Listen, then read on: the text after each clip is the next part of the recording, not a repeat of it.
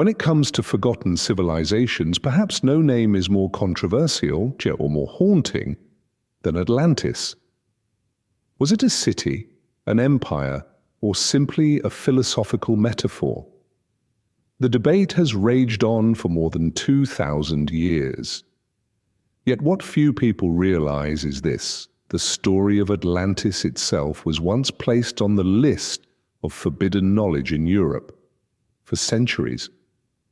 Not because of the story's content alone, but because of its deeper implications, ones that could shake the very foundations of Western historical understanding.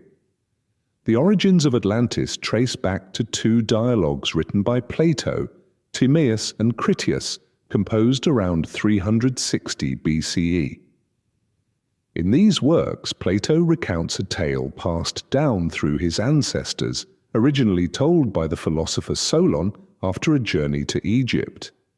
Egyptian priests revealed that some 9,000 years before Plato's time, there had existed a vast continent beyond the Pillars of Hercules, today known as the Strait of Gibraltar, home to a rich and powerful civilization that surpassed all others.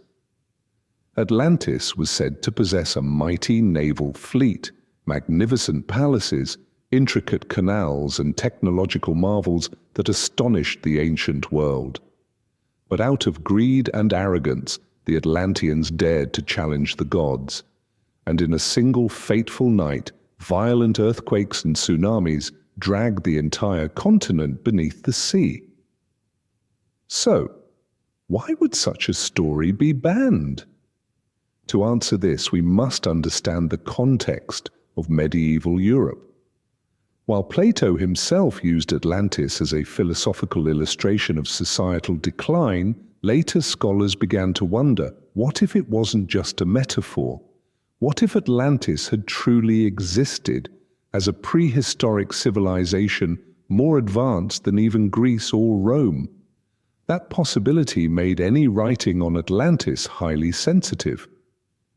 In an era when the Catholic Church controlled intellectual thought, the idea of a civilization predating the biblical timeline was unacceptable.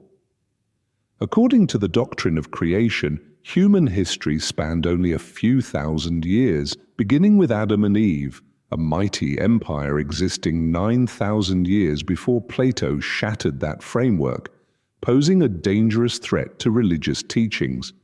And so, from the 12th century onward, translations and commentaries on Timaeus and Critias that mentioned Atlantis were strictly censored. In Italy and Spain, several publishers who printed works about Atlantis were suppressed by church authorities. Certain manuscripts in the Vatican Library contain clear notes, De Atlantis non licet disserere. It is not permitted to discuss Atlantis. During the Renaissance, as new ideas began to stir, secret maps once again sparked interest in the lost continent. The famed cartographer Gerhard Mercator included cryptic notes on his maps of Europe referring to a lost land in the Atlantic. Abraham Ortelius, the father of modern cartography, wrote similar annotations about vanished continents he believed once existed. But perhaps the most shocking evidence came from a different source, the Piri-Reis map of 1513. This Ottoman map, drawn on gazelle skin, depicted the coastline of South America, and even southern regions that Europeans had not yet explored. Astonishingly, the portion of Antarctica shown on the Piri-Reis map displays an ice-free coastline, a condition that would only have existed thousands of years ago during a warm period. Some alternative scholars argue that this map was based on sources far older, possibly even from the time of Atlantis. Adding to the mystery, many folk legends from the Azores, the Canary Islands, and even the Americas speak of a great land that once sank beneath the sea. In the Bahamas, local traditions still tell of the Beach of the Gods, where ancient ruins sometimes emerge when the tides recede. And here is the question: why does a legend like Atlantis endure with such strength, spreading across so many cultures that had no direct contact with Greek thought? Could it be that the memory of a lost civilization is somehow preserved within the collective subconscious of humanity? Today, archaeologists continue to discover curious structures on the Atlantic seafloor, from the Bimini Road to regions off the coast of Spain, lending further intrigue to the Atlantis hypothesis. Mainstream science remains skeptical, yet these findings are enough to provoke new questions. Were the forbidden books of the past hiding truths that we are not yet ready to confront? And if the existence of Atlantis was so carefully suppressed, how many other civilizations have been erased from official history simply because their reality threatened established worldviews? The answer may lead us down paths more surprising than we can imagine in the journey yet to come.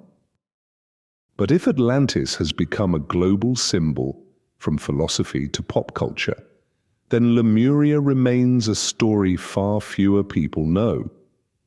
Its name is often whispered only within small academic circles or in obscure manuscripts few have ever touched. And perhaps for that very reason, the details of Lemuria are even more easily forgotten, or worse, deliberately erased from the official flow of history. What's fascinating is that the concept of Lemuria didn't begin as a myth, but as a question of biology. In the mid-19th century, naturalists faced a strange paradox. Lemurs, a species native to Madagascar, had fossil relatives found in both Africa and India, yet were completely absent from the regions in between, such as East Africa. To explain this, British zoologist Philip Sclater proposed a bold hypothesis in an 1864 article in the Quarterly Journal of Science, that a vast landmass, which he called Lemuria, had once connected Madagascar and India across the Indian Ocean, providing a bridge for these species before the continent sank beneath the sea. Though initially a geological theory, later dismissed by the modern theory of plate tectonics, the name Lemuria soon caught the imagination of the occult world. By the late 19th century, Helena Petrovna Blavatsky, founder of the Theosophical Society, drew inspiration from it to craft a much broader doctrine. She claimed that Lemuria was not merely an ancient continent, but had been home to an extraordinarily advanced prehistoric civilization dating back more than 50,000 years, long before accepted civilizations like Sumer or ancient Egypt. According to Blavatsky, the Lemurians were a race of giants with highly developed spiritual powers, possessing knowledge of energy, architecture, and the cosmos far beyond modern understanding. She cited Eastern manuscript, particularly from Tibetan monasteries, as her sources. This made her writings, especially The Secret Doctrine, 1888, a prime target for censorship campaigns. In late 19th century Europe, as the occult movement surged, many conservative Christian nations such as France, Spain, and Portugal placed Blavatsky's works on banned book lists. The reason wasn't just the mystical content, but the fact that her doctrines indirectly challenged the biblical model of creation by referencing pre-Adamite races and civilizations, those that supposedly existed before Adam in the Bible. Notably, many ancient Eastern manuscripts that Blavatsky cited also contain echoes of a lost land. In South India, ancient Tamil texts speak of Kumari Kandam, a vast continent once linking southern India with Madagascar and Australia, now swallowed by the sea. Tamil epics such as Silapatikaram and Manimekalai tell of ancient kingdoms lost beneath the waves, along with faded memories of sophisticated sciences. Some modern scholars suggest that Kumari Kandam and Lemuria may simply be two names for the same myth, or perhaps two cultural reflections of an actual historical reality long distorted by time. This possibility grew more intriguing in recent decades as surveys of the Indian Ocean seafloor revealed unexpected geological formations. In 2013, a team of Indian geologists discovered granite blocks deep beneath ocean sediments near the Seychelles, granite being a rock that forms on land, not on the ocean floor. This suggests that fragments of an ancient continental mass may indeed lie submerged there, remnants of a land torn apart by tectonic shifts. Off the coast of Tamil Nadu, near Mahabalipuram, divers have also discovered stone structures believed to be the ruins of ancient temples, submerged after a massive tsunami. Local legends have long told of the 7 pagodas, of which only one remains above water today, while the other 6 are said to have vanished beneath the sea. So, could Lemuria truly have existed as a vast continent? And if so, just how advanced was its civilization that later powers might have deliberately tried to erase it from human memory? A provocative theory was proposed in the early 20th century by researcher William Scott Elliott. Drawing on Theosophical Society materials, he suggested that Lemuria had once been the birthplace of knowledge later partially inherited by ancient civilizations like Egypt and India. If such knowledge were ever fully acknowledged, it would force us to rewrite all of human history, recognizing that many achievements we credit to so-called enlightened civilizations like Greece and Rome may in fact be mere shadows of what came before. Perhaps for this very reason, deeper manuscripts about Lemuria were never widely circulated. In fact, within the Vatican's archives, according to researchers like Father Malachi Martin, who once had access, there are said to be translations of Eastern texts describing a continent of the gods. But these translations lie deep within restricted rooms of the archive, where very few are permitted to enter. Lemuria, like Atlantis, still lingers at the blurred edge of legend and history. But as more geological and archaeological evidence comes to light, perhaps one day this once banned name will be restored to the official pages of human history. And if Lemuria truly did exist, we must ask, how many other civilizations whose legacy once shaped this planet have been deliberately erased from our collective memory? The answer will continue to guide us on this journey into the deepest hidden secrets of history. After the waves of speculation about Atlantis and Lemuria had begun to settle, yet another name, even more obscure, with even fewer traces of evidence, emerged from the hidden corners of forbidden manuscripts: Mu. Not everyone has heard of this name, and fewer still dare to question its existence. For among all the lost civilizations, Mu is perhaps the one most aggressively denied, not only by mainstream academia, but also by the forces that control access to knowledge. The story of Mu begins in the late 19th century when French explorer and researcher Auguste Le Plongeon, while studying ancient Mayan inscriptions in Yucatan, Mexico, claimed to have translated symbols that spoke of a lost continent called Mu. According to him, Mu had once stood at the heart of the Pacific Ocean, the cradle of a great civilization tens of thousands of years ago. Le Plongeon believed that the Maya were the descendants of refugees from Mu after the continent was destroyed by catastrophic geological upheavals. He published his findings in a series of articles and books, but instead of being welcomed, his work was mocked by European and American scholars, excluded from prestigious libraries, and in some cases even banned from university curricula. But the story did not end there. In the early 20th century, British Army officer and researcher James Churchward, while stationed in India, was granted access by a senior monk from a secret order to a set of ancient tablets, what he called the Knuckle tablets.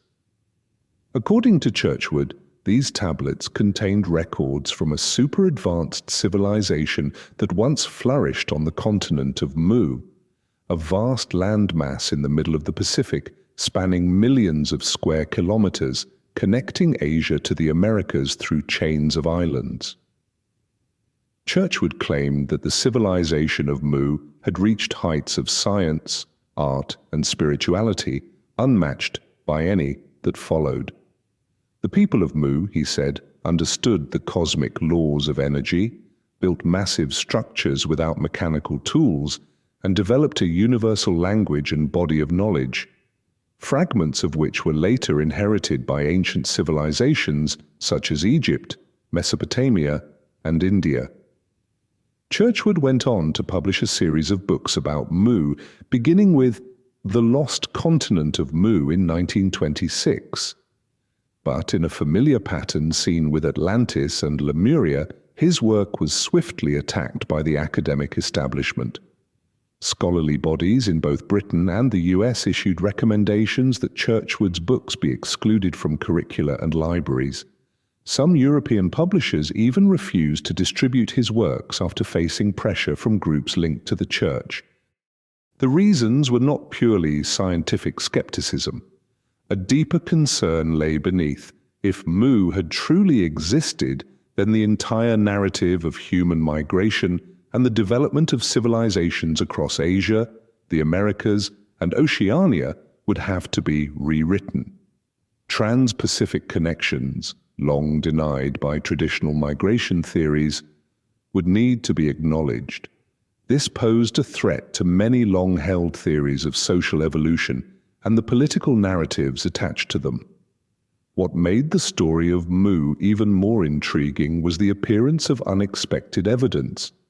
From the giant stone statues of Polynesia on Easter Island, which Churchward identified as remnants of Mu, to architectural and linguistic patterns showing startling similarities between cultures separated by thousands of kilometers across the Pacific. For example, researchers such as Thor Heyerdahl pointed out remarkable parallels in boat-building techniques and artistic traditions between Polynesians and South American cultures, similarities too specific to dismiss as coincidence. Moreover, linguistic studies have revealed surprising connections between the languages of Pacific Island groups and ancient tongues of Asia. One question often arises: how did the Polynesians, who lacked large ship technology, manage to migrate across such vast ocean distances between small Pacific islands?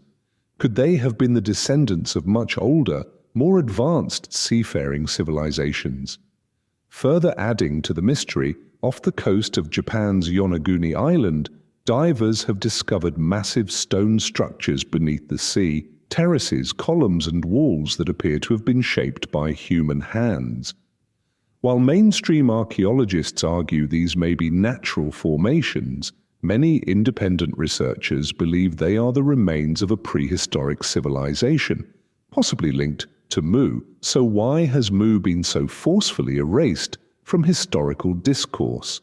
One likely reason is that its existence undermines the narrative of Western-centric history, one that places Europe at the pinnacle of intellectual development.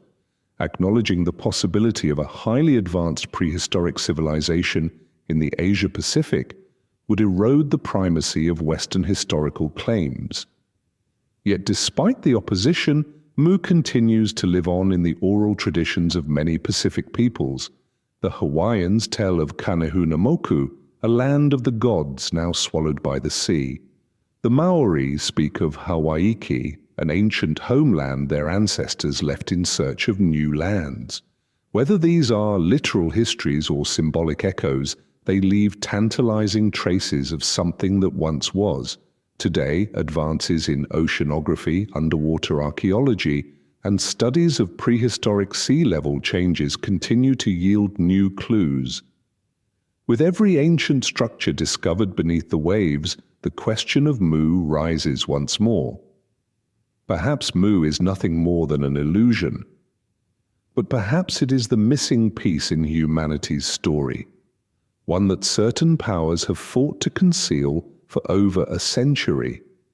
And if Mu did indeed exist, then we have only begun to scratch the surface of an ancient global network of civilizations, one that, when fully revealed, could forever change how we understand ourselves. If Atlantis was a golden city buried beneath the Atlantic, and Lemuria and Mu were lost continents beneath vast oceans, then Hyperborea, the next mysterious name on our journey, is tied to the far north, a land where the sun never sets, and where ancient knowledge is said to still flow, quietly, through the hidden veins of history. For centuries, Hyperborea has existed at the blurred edge between myth and history, dismissed as fantasy by official accounts, yet strangely persistent across many cultures. What makes it even more remarkable is that this name did not appear in just one tradition, but echoed through multiple civilizations, from ancient Greece to Norse legends, and even within mystical manuscripts carefully hidden away for centuries. The origins of the name Hyperborea can be traced back to the writings of Herodotus, Pindar, and especially the poetry and epic tales of ancient Greece. According to these accounts, Hyperborea was a land far to the north, beyond the lands of the Scythians, where the Hyperboreans lived in eternal peace. There, the sun shone both day and night during the summer months. The land was lush. People lived long lives and knew neither war nor disease. At first, scholars viewed this as a symbol, an ideal land in the Greek imagination. But over time, as ancient maps were rediscovered, researchers noticed that many medieval and Renaissance cartographers had depicted Hyperborea as an actual geographic location. Gerardus Mercator's famous 1569 map clearly shows 4 islands surrounding a massive whirlpool at the North Pole, labeled as Terra Hyperborea. The story didn't stop there. In the 17th and 18th century Europe, theologians and mystics began to reference Hyperborea with deeper and more unsettling implications. In certain manuscripts listed among the Vatican's forbidden texts, Hyperborea was described as the cradle of a prehistoric civilization that once exerted vast influence across Eurasian cultures. According to these sources, the Hyperboreans possessed not only advanced knowledge of astronomy and geography, but also an understanding of spiritual energies and cosmic laws that we are only beginning to grasp today. One of the most controversial works on the subject is Arctos, the Polar Myth, by Jocelyn Godwin. Drawing from ancient documents, Godwin argued that belief in a Hyperborean civilization once spread widely through Europe's secret societies, from the Rosicrucians to the Freemasons and other esoteric movements. For this reason, books discussing Hyperborea were once tightly censored within European libraries. What makes political and academic circles uneasy about Hyperborea is not simply its mystical nature. The problem lies deeper. If a civilization once thrived in the far north, one highly advanced in prehistoric times, then the linear model of human progress, rising solely from southern cultures, begins to fall apart. Hyperborea suggests that a parallel branch of human development, perhaps even more advanced, may once have existed and been forgotten. Another factor adding to the sensitivity is Hyperborea's entanglement with dangerous racial and ideological theories in the 20th century. Unorthodox scholars such as Guido von List and certain German mystical groups once claimed Hyperborea as the original homeland of the Aryan race, a claim that later fueled highly politicized extremist ideologies. After World War II, many studies on Hyperborea were either banned or classified as sensitive, not purely for academic reasons, but because of their potential to incite extremism. Yet if we strip away these ideological layers, the traces of Hyperborea remain deeply compelling. Norse mythology, from the tales of Asgard to the wisdom of the Sami peoples of the Arctic, speaks of lands in the far north that were once centers of knowledge and power. In Norse legend, Asgard, home of the gods, is described as a polar realm, connected to the cosmos by the great tree Yggdrasil. Modern researchers have sought geographical evidence for Hyperborea. Studies of ancient Arctic sediments reveal that the polar regions once experienced far warmer climates during prehistoric periods, supporting forests and animal life unimaginable in today's frozen environment.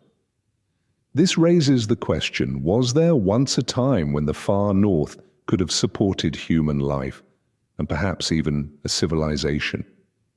Further, archaeological discoveries in Russia's Kola Peninsula, where mysterious ancient stone structures aligned with astronomical patterns have been found, suggest that memories of Hyperborea may not be entirely fictional. Yet perhaps the deepest reason why Hyperborea was pushed out of official history lies elsewhere. It symbolizes a civilization not built upon material power or domination, but upon knowledge and harmony with nature. A social model that in the modern world is often seen as impractical and even dangerous because it challenges existing structures of authority. And so Hyperborea continues to flow quietly beneath the surface, through ancient manuscripts, secret societies, and whispered legends. Part of its truth may still be hidden. But the light of Hyperborea, a land where knowledge and spiritual wisdom reigned, quietly awaits the day it may once again be revealed.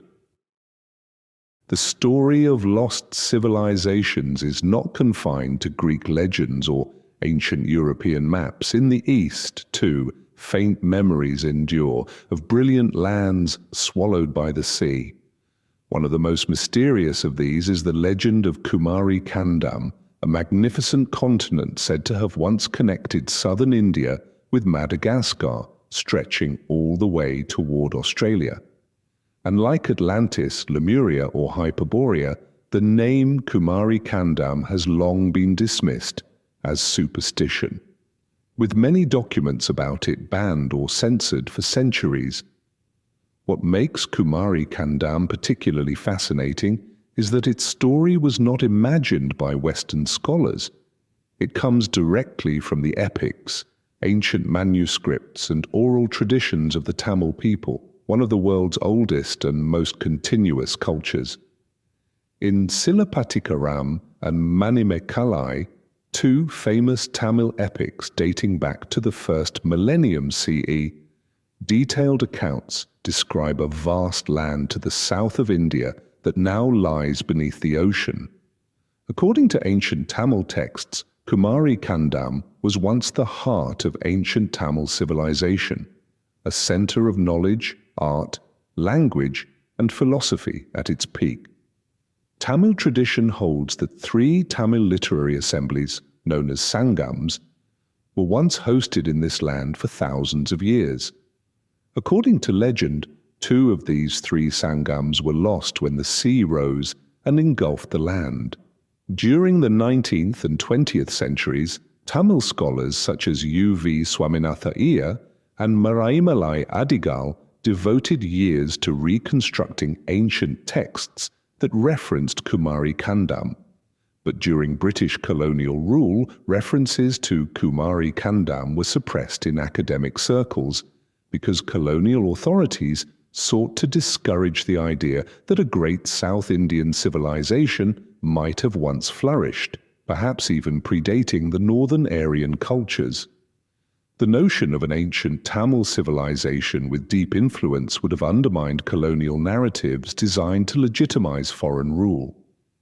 In the 20th century, as the Tamil cultural renaissance gained momentum, Tamil activists and intellectuals began to reclaim Kumari Kandam as an essential part of their identity. But they soon faced resistance, not only from Indian mainstream historians, but also from Western academics. Some scholarly papers on Kumari Kandam were rejected by international journals on the grounds that they lacked scientific basis, even as archaeological and geological evidence increasingly supported the possibility of such a land. One line of evidence comes from studies of ancient sea levels.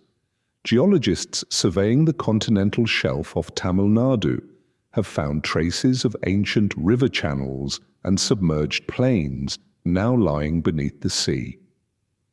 Bathymetric maps reveal land areas that once stood above water but now lie hundreds of meters beneath the ocean. A study by India's National Institute of Oceanography indicates that sea levels rose by about 100 meters after the last ice age, enough to submerge vast coastal regions. Further support comes from archaeological finds at Mahabalipuram, which align with ancient legends of sunken temples. According to local tradition, the ancient city of Mahabalipuram once boasted 7 magnificent temples, of which only one remains above ground today. In 2004, when the Indian Ocean tsunami struck, the receding waters temporarily revealed massive submerged stone structures, just as ancient stories had described. A subsequent survey by the Archaeological Survey of India confirmed the presence of man-made structures beneath the sea. In linguistic studies, scholars like Kamil Zvelebil have pointed out that Tamil contains many ancient maritime terms that may stem from a deeper seafaring culture we do not yet fully understand. Certain words related to navigation, fishing, and the sea have roots that suggest the Tamil people had a maritime tradition going back thousands of years, consistent with the idea of a prehistoric island civilization. What makes Kumari Kandam dangerous in the eyes of those who seek to control historical narratives is not simply the possibility that a lost land once existed, but the deeper implications. If ancient Tamil civilization had once centered in a great, advanced land, then the entire theory of Aryan invasion bringing civilization to India would need to be reconsidered. And this could fundamentally reshape how Indians view their own history, something neither colonial rulers nor conservative forces have wanted. To this day, mainstream academia remains cautious about Kumari Kandam. Even as archaeological and geological evidence grows, the term Kumari Kandam rarely appears in official scholarly works. Serious research papers on the topic often use more neutral phrases such as ancient Tamil maritime civilization to avoid being labeled unscientific. Yet in the collective memory of millions of Tamil people, Kumari Kandam remains vivid, not merely as a fading legend but as a vital part of cultural identity. And as the sea continues to reveal its secrets, perhaps one day the world will be forced to acknowledge that beneath the waves of the Indian Ocean once thrived a civilization that history has long sought to forget.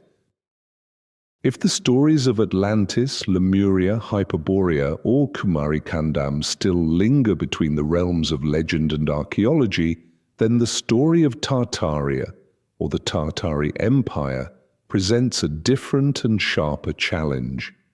This time the traces were not buried beneath the ocean. They once stood clearly marked on maps in European books and in the collective awareness of generations of Western scholars. Then suddenly, within less than 2 centuries, the name Tartaria vanished from world maps, from history textbooks, as if it had never existed. What truly happened? To understand the story, we must go back to the period from the 16th to the early 19th centuries. On many old European maps, especially those by Abraham Ortelius, Gerardus Mercator, Joan Bleu and others, the name Tartaria, or Grand Tartary, appears prominently, covering vast regions of northern and eastern Asia.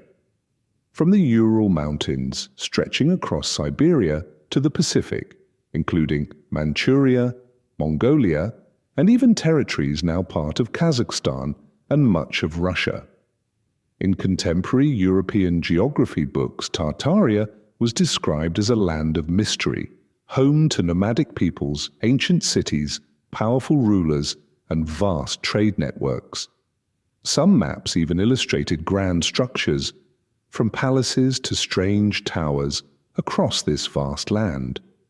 Yet by the late 19th century, the term Tartaria had almost completely disappeared from official maps. The lands once grouped under this name were now subdivided under new geographic concepts: Siberia under Russian control, Manchuria under Chinese influence, Mongolia either independent or dominated, and Central Asia redefined by modern national borders. Simultaneously, European history and geography textbooks removed or minimized mentions of Tartaria, treating it as an outdated and inaccurate term. This sudden disappearance, like smoke vanishing from the canvas of history, has sparked many questions among independent researchers. If Tartaria had merely been a mistaken Western label for nomadic tribes, why was the name used so consistently for over 3 centuries? And if the region was truly just empty steppes, why do so many old documents and maps depict cities, trade routes, and even centers of learning? A key argument comes from the analysis of old maps. Researchers such as Anatoly Fomenko and many unorthodox historians point out that Mercator's 1595 map shows Tartaria with numerous clearly structured cities and symbols indicating a high level of development. Similarly, in early 17th century works by British geographer John Speed, Grand Tartary is depicted as an empire with complex political and social structures, not merely a land of wandering tribes. Moreover, many 18th century European engravings and illustrations depict architectural structures in Siberia and Central Asia with distinct styles, quite different from Russian or Chinese architecture of the time. Some ancient buildings still standing in Siberia, Kazakhstan, and Uzbekistan bear marks of advanced construction, beyond what nomadic communities would typically produce. Even more intriguing are references within secret European society documents, particularly in certain theosophical manuscripts and 19th century Russian mystical writings, describing Tartaria as an ancient civilization that once preserved advanced knowledge of energy, meteorology, and even construction technologies. Some legends suggest that the so-called lightning towers, large tower-like structures once seen in Russian cities, may be remnants of this civilization. But how could such a civilization be erased so completely from history? One compelling theory points to the role of the Russian Empire and its territorial expansion in the 18th and 19th centuries. As Russia conquered Siberia and Central Asia, consolidating those lands under Russian identity became a strategic goal. Acknowledging that an independent, advanced civilization like Tartaria had once existed there would have undermined the legitimacy of Russian annexation and assimilation efforts. It is no coincidence that following major Russian military campaigns, references to Tartaria were systematically removed. New maps issued by the Russian state eliminated the term Tartaria entirely, replacing it with Russian place names or more neutral geographic terms. Meanwhile, history textbooks reframed Grand Tartary as merely lands inhabited by savage tribes, stripping away any suggestion of a once flourishing civilization. This effort was not limited to Russia. In Europe, amid the rise of colonialism and the narrative of Western superiority, acknowledging a vast, sophisticated civilization deep within Asia was inconvenient. Western historians gradually shifted focus to subjects that fit more neatly within the Eurocentric historical model, leaving Tartaria to fade from academic discourse. By the mid-20th century, Tartaria was little more than a faint footnote in history books, if mentioned at all. An empire that had once appeared on world maps for centuries, with great cities, expansive trade networks, and complex governance, had vanished without a trace. Today, questions about Tartaria persist. Independent research communities, unorthodox archaeologists, and thousands of amateur scholars worldwide continue to search for clues. Each discovery, a strange architectural structure in Siberia, an uncatalogued ancient map, a forgotten line in an old manuscript, may add one more piece to the puzzle of Tartaria. And when we look back at the erasure of this name from official history, perhaps the most important question is not whether Tartaria truly existed, but why certain forces worked so hard to erase the memory of a civilization that may once have been great.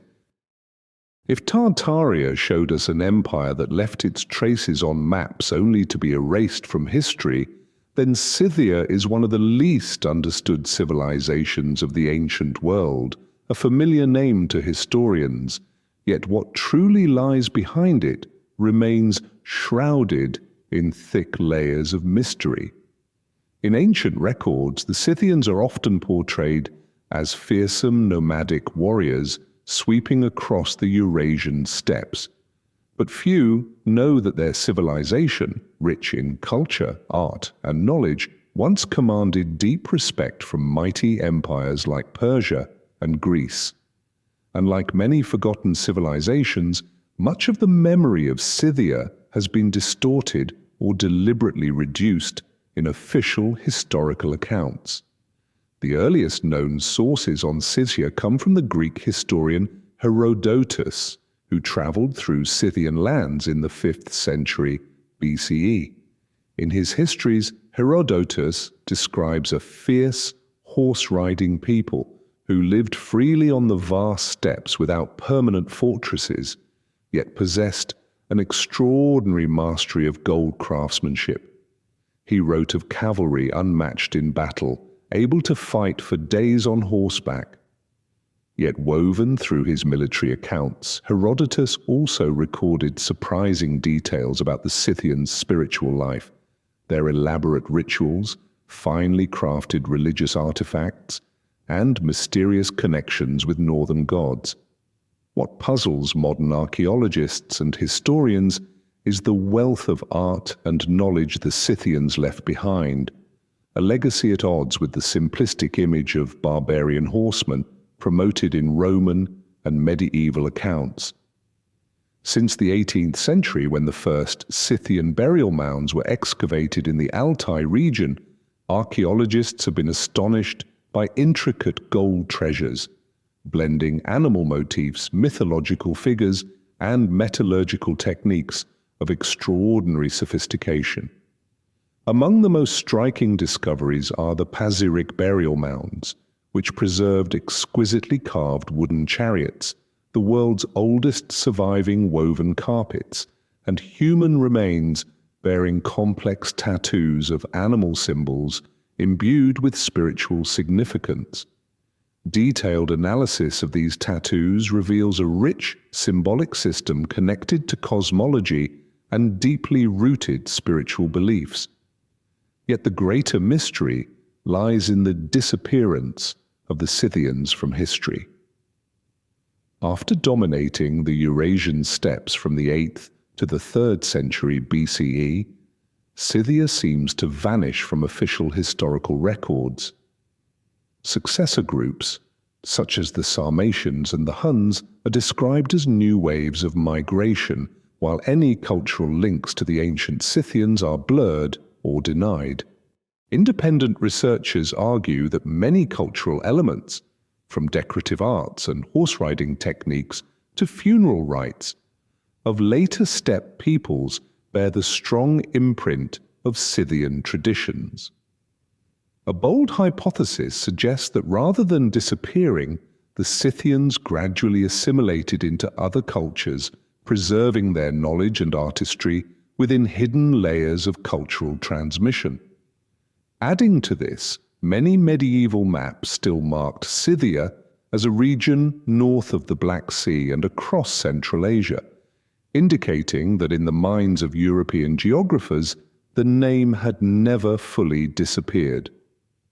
It was only with the rise of modern nationalism and the redefinition of European ethnic identities that the term Scythia was gradually erased from official maps, replaced by new labels more aligned with modern nation-states.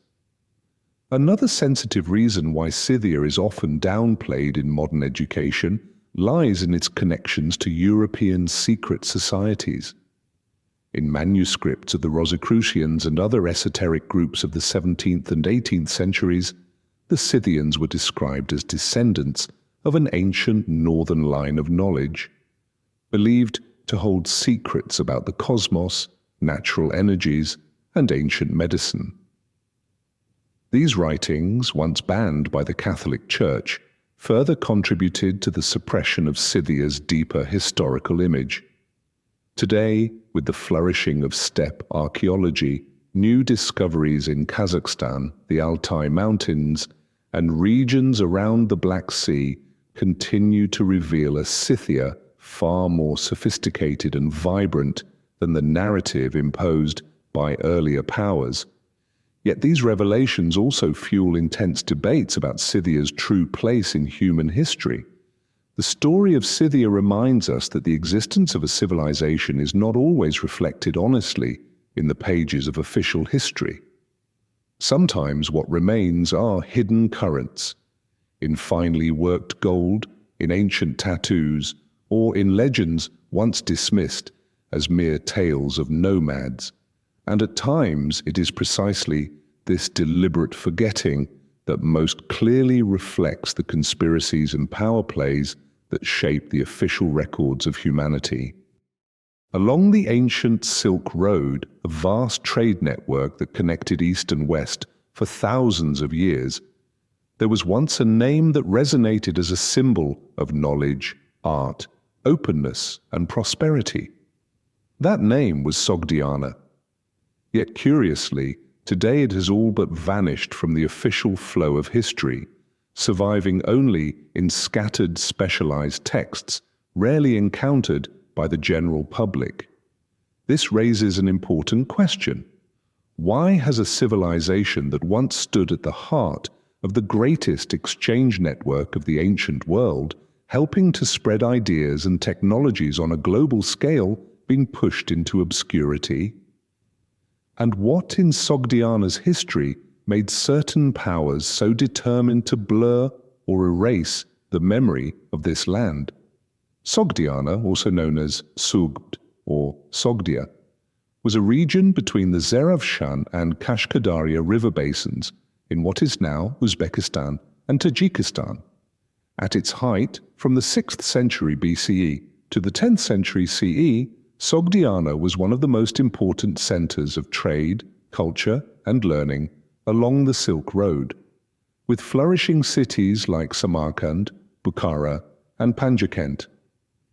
Unlike many civilizations defined by conquest or strict national borders, Sogdiana was a culture of exchange, where merchants, scholars, artists, and believers of many faiths gathered. The Sogdians transported not only silk, spices, and gemstones, but also ideas, books, technologies, and knowledge from every corner of the ancient world. Remarkably, for centuries, the Sogdians served as the silent couriers of knowledge. They copied and transmitted mathematical and astronomical texts from India, medical works from Persia, Buddhist scriptures from China, and mystical writings from Jewish and Eastern Christian communities. Many manuscripts that eventually reached Europe via the Arab world had passed through Sogdian hands at some point in their journey. For this reason, Sogdiana was not just a trading hub, it was a crossroads for forbidden knowledge. In secluded monasteries and Sogdian merchant guilds, books banned in both East and West were secretly copied and preserved. Many modern scholars believe that without these Sogdian channels, much ancient knowledge would never have escaped the rigid censorship of empires. But this role also made Sogdiana a threat in the eyes of political and religious powers. As empires expanded, they sought to control not just territory, but also the flow of information and knowledge. An independent merchant community, unbound by rigid dogmas and serving as a conduit for dangerous ideas, was something those powers could not tolerate. This explains why, from the 10th century onward, as Orthodox Islamic dynasties consolidated power in Central Asia, Sogdian cities were systematically attacked and suppressed. Private libraries were burned, manuscripts seized, scholars executed or forced into exile. Scattered Sogdian communities survived in remote oases. But the brilliance of a civilization that had once illuminated the Silk Road began to fade.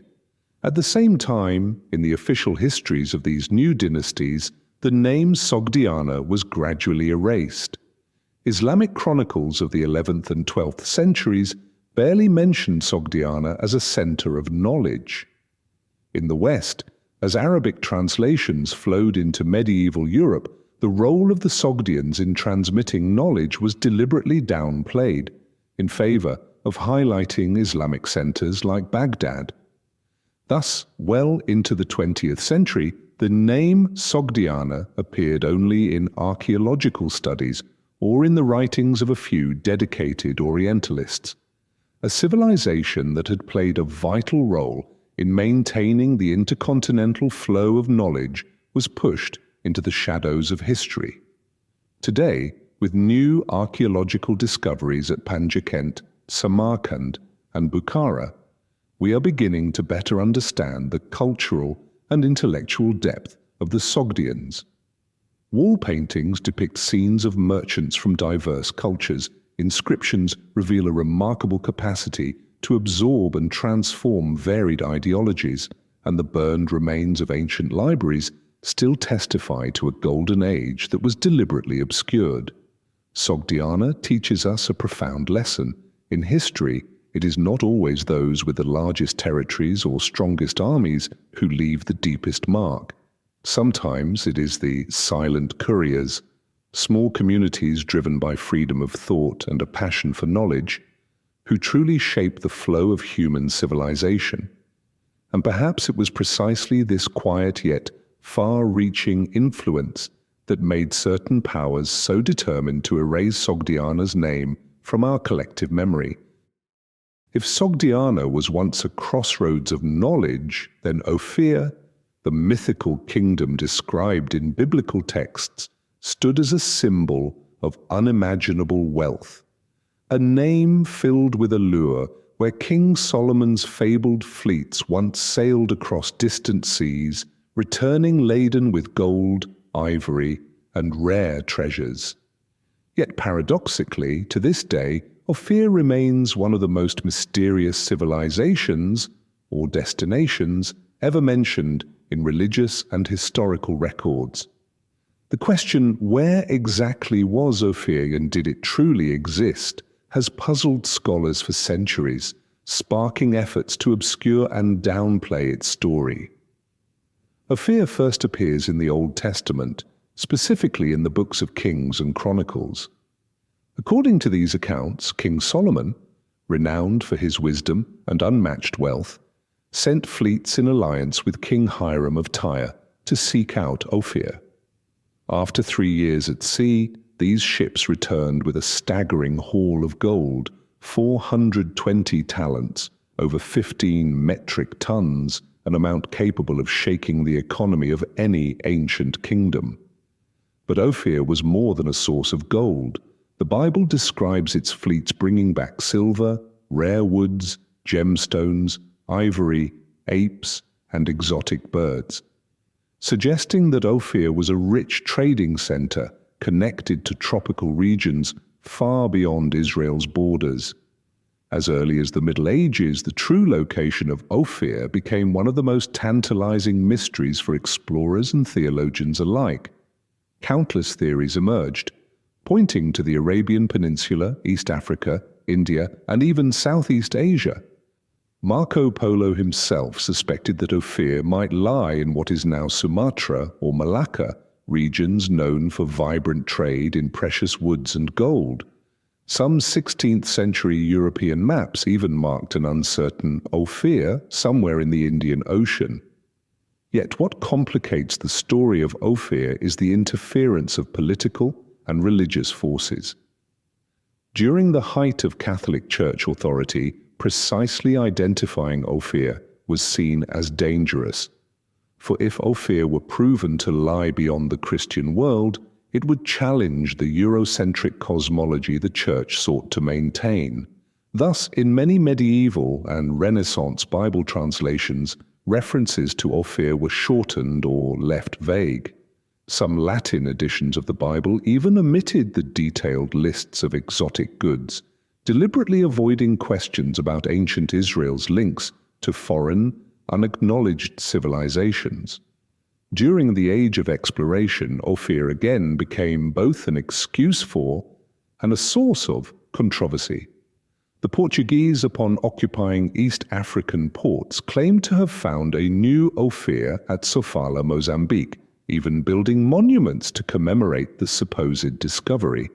Yet later, historians revealed this to be mere propaganda, lacking any convincing archaeological evidence. Conversely, some 19th-century Orientalist scholars proposed that Ophir was in India, specifically Tamil Nadu, a region with ancient traditions of gold mining, ivory trade, and luxury goods matching biblical descriptions. In fact, the word Ophir may derive from the Tamil Oviyar, meaning artisans and traders of precious objects. Intriguingly, ancient Arab merchant records describe voyages to gold-rich lands in the east, journeys lasting up to 3 years, mirroring the length of King Solomon's expeditions. Some chronicles suggest that Arab traders once transported gold and exotic goods from Southeast Asia to the Middle East via long Indian Ocean trade routes. So why does the story of Ophir remain so obscured? One key reason is that colonial powers and modern political forces have shown little interest in acknowledging that Eastern civilizations were deeply linked to the ancient Near East. Admitting that ancient Israel's economy may have depended on seaborne trade networks controlled by Eastern merchants would unsettle many Western historical narratives. Moreover, in the 20th century, when archaeological surveys in East Africa, India, and Southeast Asia uncovered sites tied to ancient gold trade, publication of these findings was often restricted to avoid reigniting sensitive religious and political debates. Today, while no one can say with certainty where Ophir was, one truth is clear. Ophir was more than a place. It was a symbol of global connectivity in ancient times, a thread in the vast fabric of trade, culture, and knowledge deliberately obscured for reasons both religious and political.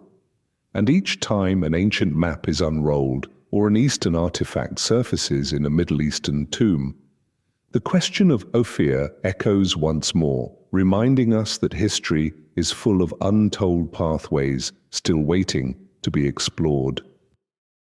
In South America, where the towering Andes embrace lush green valleys and where the Amazon rainforest conceals almost every trace of prehistory, countless stories remain untold. Among them, one of the greatest, though rarely mentioned, continues to intrigue archaeologists and independent researchers alike: the story of Zana Valley. A legendary valley where local legends speak of a once prosperous empire, one that possessed knowledge and technology far beyond the rest of the continent in its time. Yet almost every trace of it has been buried by time and by powerful forces that did not want history rewritten. Zana Valley, according to scattered accounts and indigenous lore, lies deep within the northern Peruvian jungle near the modern border with Ecuador. As early as the 16th century, when Spanish expeditions ventured into these lands in search of Inca gold, vague reports surfaced of an isolated valley, home to strange stone structures and a wealthy people living apart from known civilizations. Conquistador Pedro de Chiesa de Leon once recorded in his journals hearing tales of a valley of stone walls and a river of gold, but lacked the time to investigate. Jesuit missionary records from their work in South America also referenced rumors of Zana Valley.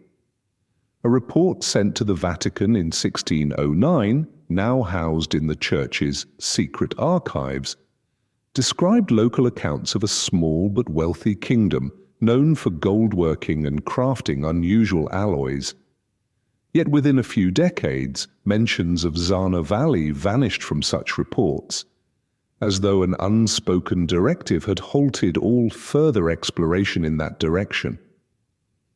The Chachapoya people, known as warriors of the clouds, who once inhabited this region, preserved legends of an ancient kingdom deep within a hidden valley where rulers built vast stone structures.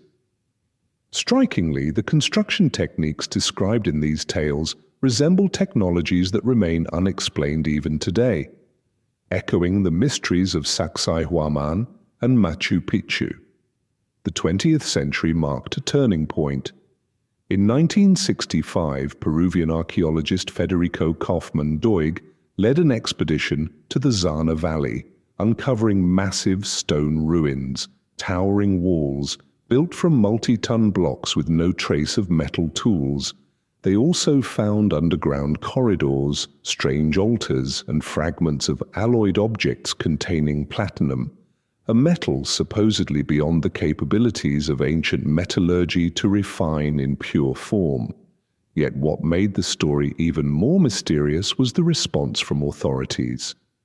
Soon after these initial discoveries, excavations in Zana Valley were abruptly halted. The Peruvian government, citing environmental and cultural preservation, imposed a strict ban on all unauthorized archaeological activity in the region. Independent researchers seeking access were either denied permits or entangled in complex bureaucratic barriers. Leaked internal reports from the Peruvian Institute of Archaeology revealed that some findings in Zana Valley might challenge current theories regarding the development of pre-Inca civilizations. Radiocarbon dating of wooden materials from subterranean structures yielded ages of over 3,000 years, suggesting these constructions predated the Inca by millennia. Furthermore, in Jesuit archives in Lima, old manuscripts mention missionaries in the 17th century discovering inscriptions in Zana, written in a symbolic system not yet deciphered, unlike the well-known Inca Quipu. Some scholars suspect this may represent a lost written language. What then really happened to the empire of Zana Valley? Could it have been an independent center of knowledge and commerce, flourishing alongside known civilizations? And if so, why were its traces so deliberately obscured? One hypothesis suggests that Zana Valley once lay on an ancient trade route linking the Amazon with the Pacific coast. Its wealth and advanced metalworking may have posed a threat to both the Spanish conquerors and to Inca rulers seeking absolute control over the Andes. Systematic efforts to suppress or destroy evidence of this civilization may have begun during the colonial period and continued well into the 20th century. Today, Zana Valley remains one of South America's least explored archaeological regions. Modern expeditions face rugged terrain, strict conservation laws, and formidable bureaucratic hurdles. Yet within independent research circles, Zana Valley has become a symbol, a reminder that stories lost in the deep forest may still hold secrets capable of reshaping our understanding of human history. And as the Amazon rainforest steadily recedes, each ruin, each fragment unearthed in Zana Valley becomes ever more precious, like a final whisper from a civilization the world tried so hard to forget. Perhaps nowhere on Earth holds as many secrets as the Amazon rainforest, a vast expanse of more than 5.5 million square kilometers, over 80% of which remains largely unexplored. For centuries, the Amazon was viewed as a blank space on the world's archaeological map, a wild land believed to harbor only scattered tribes with no advanced civilization ever having developed there. But was this emptiness real, or the result of a history deliberately obscured? Among the Amazon's deepest mysteries, one story stands out: the legend of the lost city of Z. Throughout the 20th century, explorers risked their lives, and sometimes paid the ultimate price, in search of this fabled civilization. Yet behind the dream of Z lies a deeper question. Could the Amazon once have been home to one or more complex prehistoric civilizations, contradicting the narrative long taught by mainstream history? The legend of Z is closely linked to British explorer Colonel Percy Fawcett. In the early 20th century, Fawcett, an experienced surveyor with a keen eye for ancient maps and secret documents, stumbled upon an old manuscript in Rio de Janeiro's Royal Library, Manuscript 512. This manuscript, attributed to an 18th century Portuguese explorer, described a stone city deep within the rainforest, with inscribed columns, colossal statues, and vast buildings. The details were too precise to dismiss as fantasy. Fawcett believed the manuscript preserved the memory of a lost civilization, which he named the Lost City of Z. But Fawcett was not the first to suggest that large civilizations once thrived in the Amazon. In accounts from 16th century Spanish expeditions, Francisco de Orellana, the first European to navigate the Amazon River, described encountering great cities, large populations, sophisticated agriculture, and powerful armies. Yet when later expeditions returned, these cities seemed to have vanished. The official explanation has long been that these communities collapsed due to European-born diseases. Yet that theory does not account for reports of stone architecture or advanced agricultural systems. A bolder, and rarely discussed, hypothesis suggests that colonial authorities deliberately erased evidence of complex native civilizations to justify portraying the Amazon as an empty wilderness, ripe for exploitation. For decades, mainstream scholars dismissed the idea of advanced Amazonian civilizations, citing the belief that rainforest soils were too poor to sustain large agricultural societies. But recent discoveries have completely transformed that view. Since the 2000s, with the advent of LiDAR, light detection and ranging technology, archaeologists have uncovered hundreds of massive geometric structures, ditches, earthen walls, and circular or square foundations hundreds of meters across, hidden beneath the forest canopy. These structures, thousands of years old, clearly required sophisticated social organization. Additionally, the discovery of terra preta, artificial nutrient-rich black soil, proves that prehistoric Amazonians developed sustainable large-scale agriculture, transforming rainforest soil to support thriving communities. These regions show evidence of large agricultural settlements, a stark contrast to the long-held image of scattered hunter-gatherer bands. So what was Fawcett's City of Z? Many modern researchers believe it may have been a composite memory, one of multiple great cities that once dotted the Amazon. Some LiDAR maps have revealed networks of interconnected settlements, raised causeways linking communities, in a manner strikingly similar to ancient urban complexes. Yet strangely, despite growing evidence, large-scale excavations in the Amazon remain limited, hindered by difficult terrain, political obstacles, and economic interests.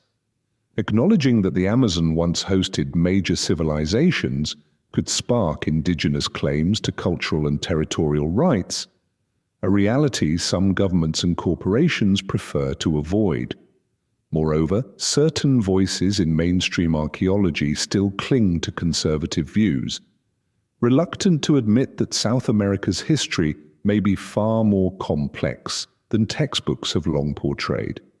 Meanwhile, indigenous legends persist. Many Amazonian tribes tell of ancestral cities, sacred places hidden deep within the forest where outsiders are not permitted to tread. Some even say that guardians still protect these ancient cities, living in secrecy beyond the reach of the modern world. Today, as modern technology allows us to peer beneath the forest's green veil, we may be only beginning to grasp the scale and sophistication of the civilizations that once flourished in the Amazon. The lost city of Z may not be a single metropolis, but a symbol of an entire lost chapter of history, one that, when fully revealed, could force us to rewrite our understanding of South America's past. If there is one symbol that continues to astonish the modern world while baffling archaeologists and historians for centuries, it is surely the pyramids of Egypt. Massive stone blocks stacked with perfect precision, secret chambers and corridors aligned with accuracy, measured in thousandths of a millimeter, all standing as a timeless challenge from the past. Who built them? And how? The official answer: that the pyramids, particularly the Great Pyramid of Giza, were constructed by the pharaohs of Egypt's fourth dynasty, has been taught in textbooks for generations. Yet as deeper studies emerge, an increasing number of questions remain unresolved within this framework. First, there is the issue of dating. While mainstream scholars place the construction of the Great Pyramid around 2560 BCE, during the reign of Pharaoh Khufu, Cheops, geological and archaeological analyses suggest otherwise.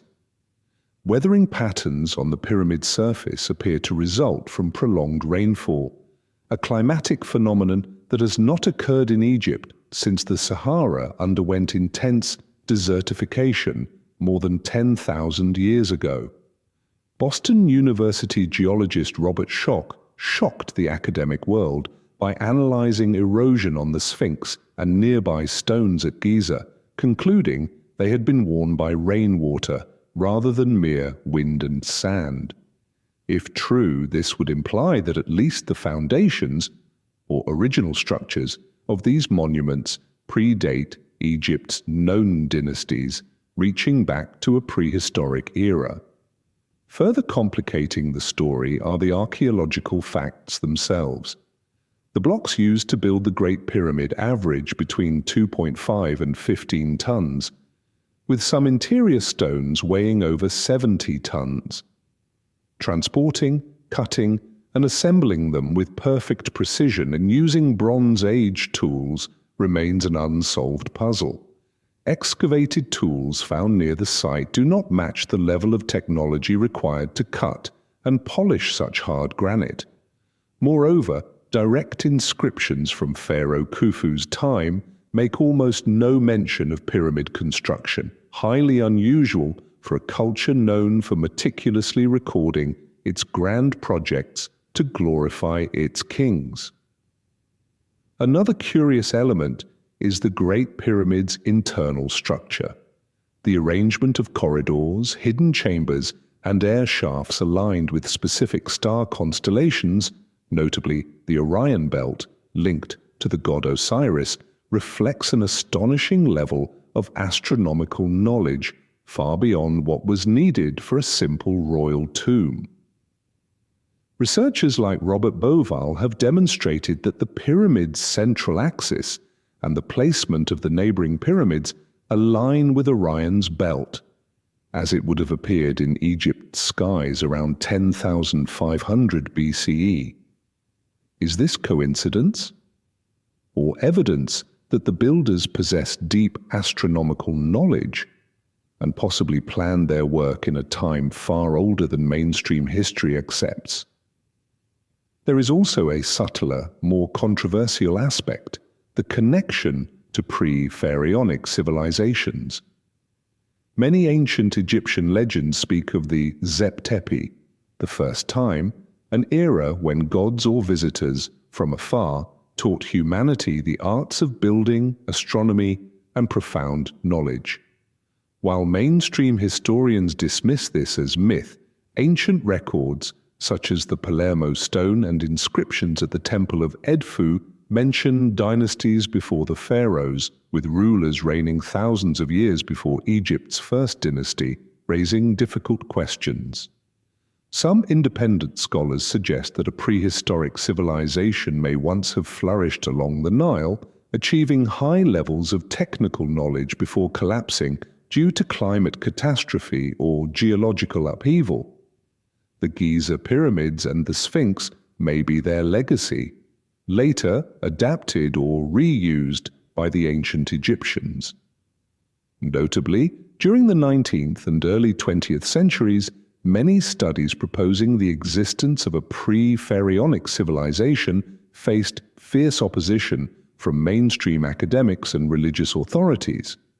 Acknowledging a highly advanced civilization existing before the biblical timeline threatened the religious and cosmological beliefs of the era. Consequently, inconvenient archaeological evidence was sometimes overlooked, and alternative theories were often excluded from official academic publications. Even today, scholars who propose non-mainstream theories about the pyramid's true origins face skepticism and resistance from conservative archaeological circles, yet the stone walls remain, the massive blocks still stand defying time, bearing the silent marks of a past we may not yet fully understand. And perhaps the question, who truly built these great pyramids, will continue to stir curiosity and challenge the boundaries of accepted history for generations to come. If the Egyptian pyramids make us question the technical mastery of ancient civilizations, then the discovery of Göbekli Tepe, a massive stone complex buried for tens of thousands of years beneath the soil of Turkey, has shaken the very foundations of traditional human history. For Göbekli Tepe, dated to over 12,000 years old, comes from an era when, according to mainstream history, humans were still scattered in small bands of hunter-gatherers, unfamiliar with agriculture, and far from building complex societies, let alone sophisticated architecture. Who then built this site, and why was it buried and forgotten for millennia? The story began in 1994, when German archaeologist Klaus Schmidt and his team stumbled upon massive T-shaped stone pillars at a mound called Göbekli Tepe near Şanlıurfa, Turkey. Initially classified as a Neolithic burial site, the truth soon stunned the archaeological world. Towering stone pillars, up to 6 meters tall, weighing between 10 and 20 tons, stood arranged in complete concentric circles. Carved into their surfaces were remarkably detailed images: lions, snakes, birds, foxes, wild cattle, and other symbolic figures. Researchers quickly realized this was no burial site, but an intricate ceremonial complex, perhaps the oldest temple yet known to humanity. Even more astonishing was its dating. Radiocarbon analysis showed that Göbekli Tepe was built around 9,600 BCE, during a period when, according to established history, civilization was not supposed to exist. This discovery overturned the entire theory of human societal evolution. If history books are correct, only after humans settled down, domesticated plants and animals, and developed agriculture, could they construct such elaborate monuments. Yet, Göbekli Tepe proves otherwise. Hunter-gatherer communities, or at least societies on the cusp of civilization, could organize labor forces, transport massive stones, and design architectural and symbolic complexes of extraordinary sophistication. Who could have achieved this? This question continues to divide the academic world. Some mainstream scholars reluctantly accept that hunter-gatherer societies may have been more complex than previously thought. But many independent researchers raise deeper questions. How could supposedly unsophisticated groups, lacking construction techniques and mechanical tools, move and assemble multi-ton stones with such precision? Moreover, the symbols and carvings at Göbekli Tepe seem to reflect a complex cosmology with advanced astronomical symbolism. Some researchers argue that the stone pillars were arranged to mark celestial events, solstices, equinoxes, and specific positions of star constellations. Astronomer Martin B. Sweatman and colleagues have analyzed these symbols and proposed that they record a massive comet impact around 10,900 years ago, coinciding with the onset of the Younger Dryas Ice Age. If true, the builders of Göbekli Tepe were not just craftsmen, but astronomers with profound cosmic knowledge. Another mystery is why this entire complex was deliberately buried. Archaeologists found that Göbekli Tepe's circles had been carefully filled in with earth and debris, an intentional act, not a result of natural erosion. Such deliberate burial required a massive collective effort, prompting even more questions. Was this due to a cultural upheaval, a natural disaster, or a profound religious shift that compelled the builders to bury the site's memory? Or, as some theorists suggest, could the sudden transition from egalitarian hunter-gatherer societies to hierarchical agricultural ones have driven a deliberate erasure of older sacred symbols?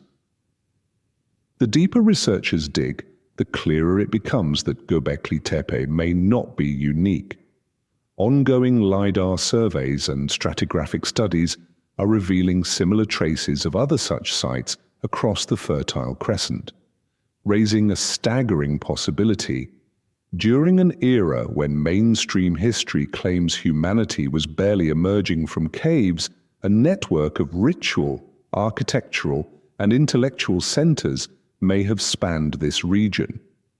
Yet despite mounting evidence, Göbekli Tepe remains largely overlooked or briefly mentioned in many national history textbooks.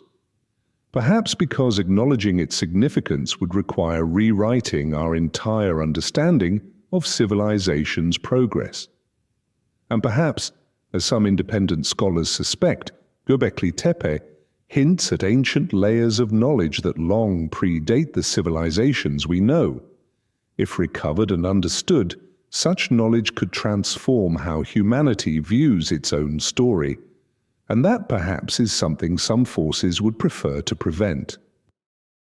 Among all the stories of distorted history, perhaps no region of the world has suffered such systematic erasure as Africa.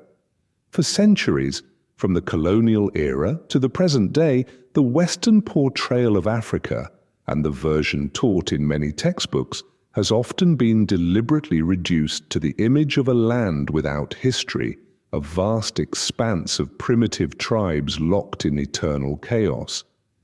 Yet the truth, as we shall see, is far more complex and far more magnificent. Across this great continent once flourished vibrant civilizations, mighty trade empires, centers of learning, and awe-inspiring stone cities that for many reasons were deliberately erased from official history. Among them, two names stand out: Great Zimbabwe and the ancient Mali Empire. Let us begin with Zimbabwe, a name long shrouded in so-called mystery throughout the 19th and 20th centuries.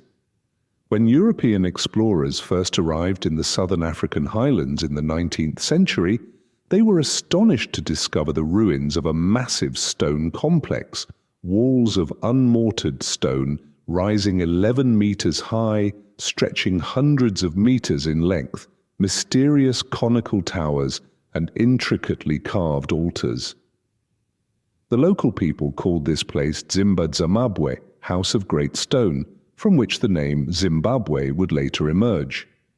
Yet instead of acknowledging that local African peoples had once possessed the knowledge and skill to build such marvels, European colonial powers, particularly during the British Empire, worked tirelessly to deny this fact. They put forth outlandish theories, attributing the structures to the ancient Phoenicians, the Arabs, even lost civilizations from the Mediterranean. The goal was clear: to admit that the Shona and other Bantu peoples had once achieved such high levels of architectural and social sophistication would undermine the very foundation of the colonial narrative, the so-called civilizing mission of the white man. For decades, colonial archaeologists were pressured to omit or distort evidence linking Great Zimbabwe to its indigenous builders. Scholars such as Gertrude Caton Thompson, who dared to publicly assert that the ruins were indeed the work of ancient African peoples, faced harsh criticism and professional isolation. Today, modern archaeological analysis has definitively proven that Great Zimbabwe was built by Bantu-speaking communities between the 11th and 15th centuries. Yet an awkward silence still hangs over many Western textbooks. Centuries of deliberate denial have left a lasting legacy, a legacy of erasure. If the story of Zimbabwe was rewritten to serve colonial aims, then the story of ancient Mali reveals another dimension: the hidden global influence of an African empire. During the 13th and 14th centuries, while Europe languished in the depths of the Middle Ages, the Mali Empire stood as one of the wealthiest and most advanced nations in the world. Its capital, Timbuktu, was a great center of scholarship and commerce. The University of Sankore in Timbuktu attracted scholars from across the Islamic world, with hundreds of thousands of manuscripts on mathematics, astronomy, medicine, philosophy, and law copied and studied there. While Europe still struggled under rigid religious orthodoxy, the scholars of Timbuktu were discussing precise planetary motions, advanced healing methods, and even cosmological theories that would later be rediscovered during the European Renaissance. But why do we rarely hear of this story? Partly because of the colonial legacy. When France conquered West Africa in the late 19th century, it worked to control and impoverish the intellectual heritage of Timbuktu. Many precious manuscripts were confiscated and transported to Paris or European libraries. Some were destroyed, an effort to erase the memory of African intellectual brilliance.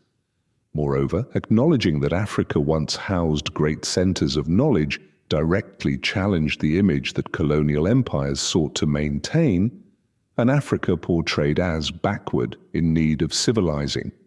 Even today, in many mainstream history curricula across the West, ancient Mali and the legacy of Timbuktu are scarcely mentioned, if at all. Yet the ancient manuscripts remain. Hundreds of thousands of scrolls are still preserved by local communities, quietly, patiently, awaiting the day when their true story may again be heard. And increasingly, researchers are returning to study and restore this hidden treasury of knowledge. The stories of Zimbabwe and ancient Mali teach us this: that history is not only about what happened, but about what is chosen to be remembered and what is chosen to be forgotten. And in Africa, perhaps many such forgotten chapters still await to be written, more fairly and more truthfully.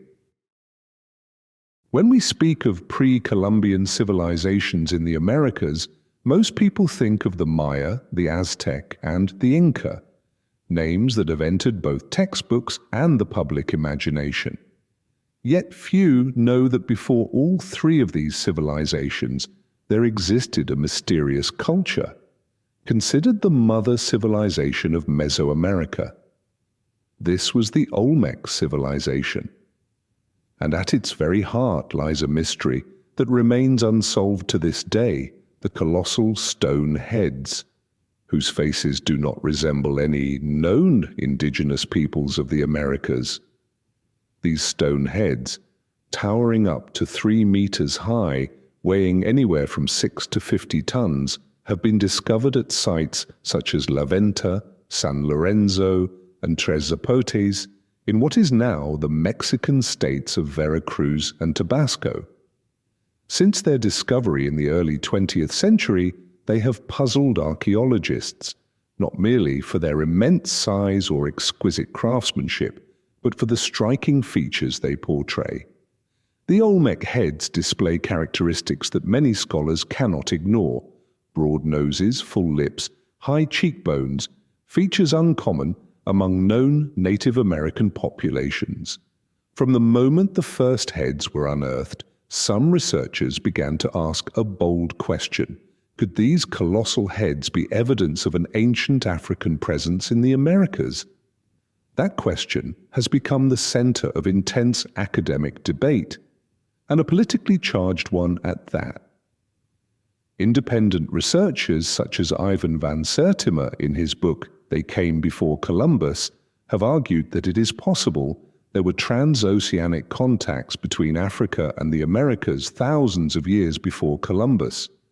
Van Sertima and his supporters point out that the features of the Olmec heads bear a strong resemblance to West African groups, particularly the Mando peoples. In addition, they cite certain symbolic similarities, metalworking techniques, and mythological motifs that may reflect echoes of ancient contact. Some archaeological sites even yield artifacts that could hint at foreign origins, though these findings are often left unpublished due to their controversial nature. Of course, mainstream archaeology strongly rejects this hypothesis. In their view, the Olmec heads represent an indigenous artistic style, and the so-called African features are a matter of subjective interpretation. They argue that there is no definitive genetic or archaeological evidence proving an African presence in the Americas prior to European exploration. Yet what makes the story even more intriguing is how these debates have been carefully controlled. Throughout the 20th century, researchers who supported theories of pre-Columbian transoceanic contact faced significant barriers when attempting to publish their work in mainstream scientific journals.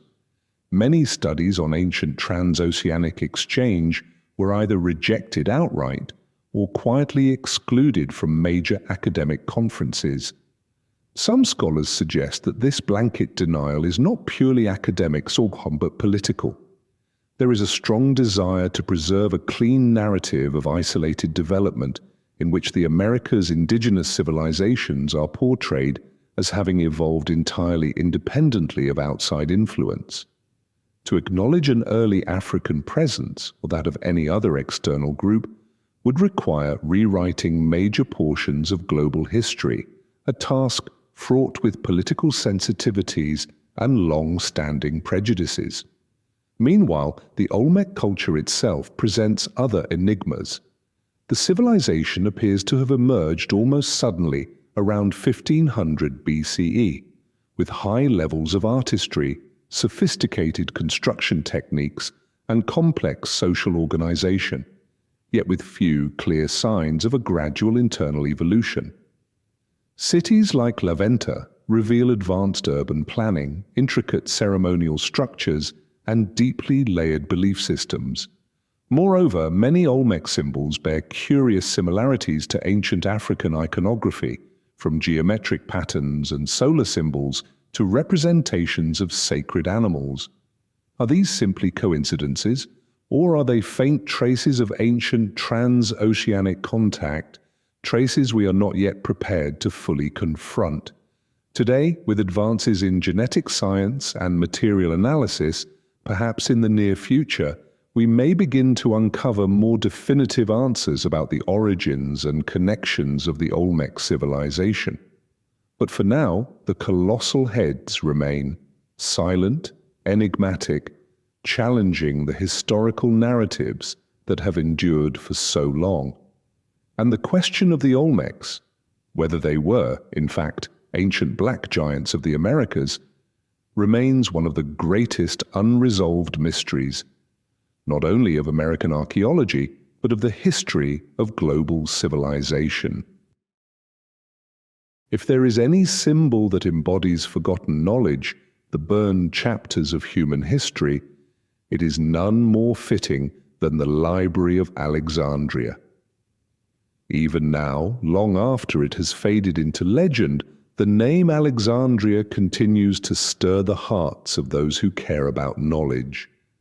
Because we know that in that place there once existed a vast treasury of wisdom that today's world can only dream of. Yet what is spoken of less often is this: which parts of that knowledge were lost, and which parts were deliberately erased? The Library of Alexandria was founded around the 3rd century BCE during the reign of Ptolemy I or Ptolemy II. Its mission was both clear and ambitious: to gather all the knowledge of the known world from every civilization into one place.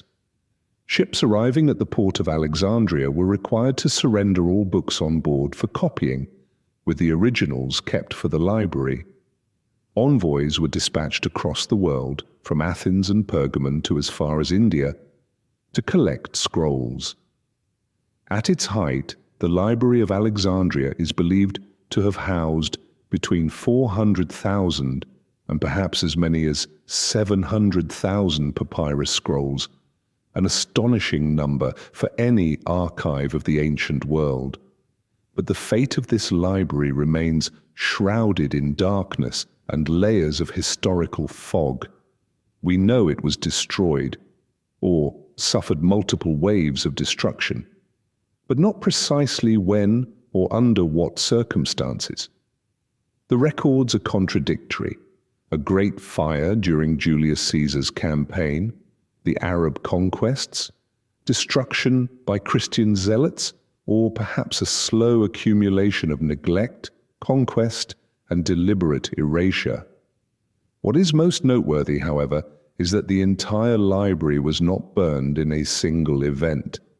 Many scholars believe that large portions of the collection were removed deliberately, before or during times of upheaval. So what was truly lost, and what was purposefully made to disappear? First, it must be emphasized that the Library of Alexandria was not merely an archive of Greek and Roman works. It contained Egyptian texts, translations from Sanskrit, Babylonian, medical and astronomical records, technical treatises from the Phoenicians, Zoroastrian religious writings, and materials from far-flung Eastern civilizations. Scattered accounts from ancient scholars, such as Callimachus, Eratosthenes, and Ptolemy, suggest the library held scrolls on mechanical engineering, automated devices, energy, and astronomical theories far ahead of their time. There are mentions of atomic theory, heliocentric models of the solar system, and advanced star maps. Some documents were said to describe ancient sea voyages, possibly from Africa, to the Americas. Records of advanced metallurgy, special alloys, and methods of constructing monumental works such as the Egyptian pyramids may also have been present. More significantly, many modern researchers suspect that a large portion of the library contained human history, records from prehistoric civilizations, ancient myths passed down through countless generations. Some texts may have included references to lost civilizations such as Atlantis, Lemuria, or pre-pharaonic cultures. But who would have benefited from erasing such knowledge? One widely discussed theory among independent scholars is this: when Christianity became the official religion of the Roman Empire, extremist factions within the Church were motivated to control the flow of knowledge. Any ideas that challenged theological doctrine or supported alternative cosmologies were deemed dangerous. the systematic destruction of heretical texts, or so-called magical works, became widespread. The Library of Alexandria presented an obvious target. Later, when Arab forces conquered Egypt, some accounts suggest that what remained of the library's holdings underwent careful review. Texts deemed compatible with Islamic philosophy or of practical value were preserved.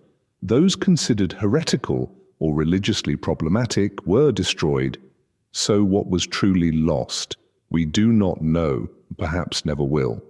But fragmentary records point to an immense loss.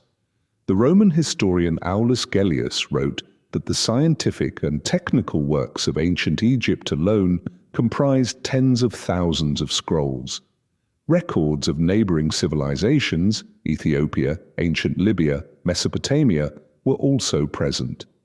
Many modern scholars suspect that early records of long climate cycles, asteroid impacts, and geological upheavals may have been lost with the library.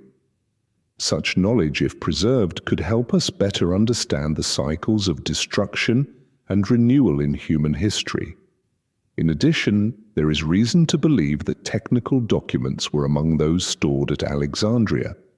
Descriptions of automated machines, steam power, and advanced mechanical principles appear in scattered accounts from the era of Heron of Alexandria, a scholar who once worked in the city. But the original models and detailed instructions have vanished without a trace. One final question remains. Could any fragments of the library's knowledge still survive? Some theories suggest that secretive monasteries, Western esoteric societies, or hidden archives in the Middle East may yet hold rare copies, but so far no public evidence has confirmed this. Whatever the truth, the shadow of the Library of Alexandria continues to loom over the story of human knowledge, a bitter reminder that not all wisdom is passed down, and that some chapters of our history were burned, not by accident, but by the deliberate hand of power. Among all stories of hidden history, perhaps none sparks deeper controversy than the idea of a pre-Adamic civilization, a civilization that may have flourished on Earth before modern humans, as described in the Bible, ever appeared. To many, this is an unthinkable concept, for it directly challenges some of humanity's oldest religious foundations. Yet what makes this story even more compelling is this. Many sources suggest that deep within the Vatican archives, the most heavily guarded collection of knowledge in the world, there exist ancient documents that speak of just this. The notion of the pre-Adamic is not new.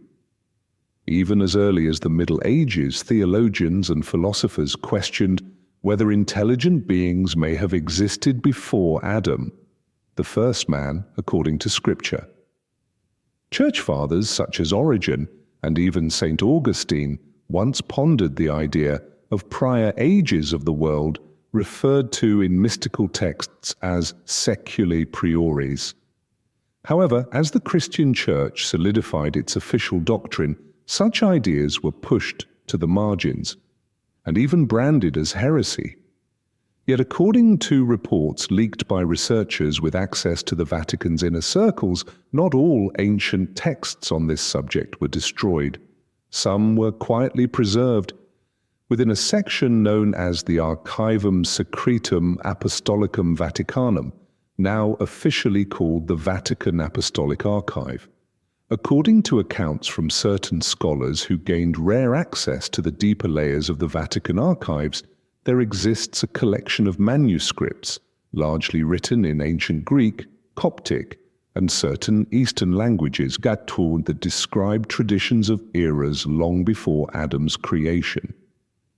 In particular, among a group of documents connected to Gnostic theology, long deemed heretical by the Church, there are descriptions of successive cycles of creation in which present humanity is only the fourth or fifth iteration. These pre-Adamic civilizations are said to have reached great heights of knowledge and technology, but were ultimately destroyed through hubris or cosmic cataclysm. Some texts even mention buried cities, machines beyond human comprehension, and stone pillars inscribed with symbols no one on Earth can now decipher. But why are such documents so carefully hidden? One obvious reason is that they contradict the Church's account of human history. Admitting that civilizations predated Adam would not only undermine the concept of original sin, but also challenge a theological structure that has stood for over 1,500 years. Furthermore, these manuscripts contain provocative details regarding the nature of humankind itself. Some describe pre-Adamic beings as not fully resembling modern humans, possibly taller, possessing different biological or spiritual characteristics. This raises unsettling questions about ancient species that may have once coexisted on Earth, an idea sensitive to both mainstream science and religious orthodoxy. It is also noteworthy that in the 19th century, as inconvenient archaeological discoveries began surfacing, such as extremely ancient stone tools and mysterious underground structures, some researchers linked these findings to the concept of pre-Adamic civilizations. Yet most such research was swiftly marginalized or excluded from mainstream academic circles.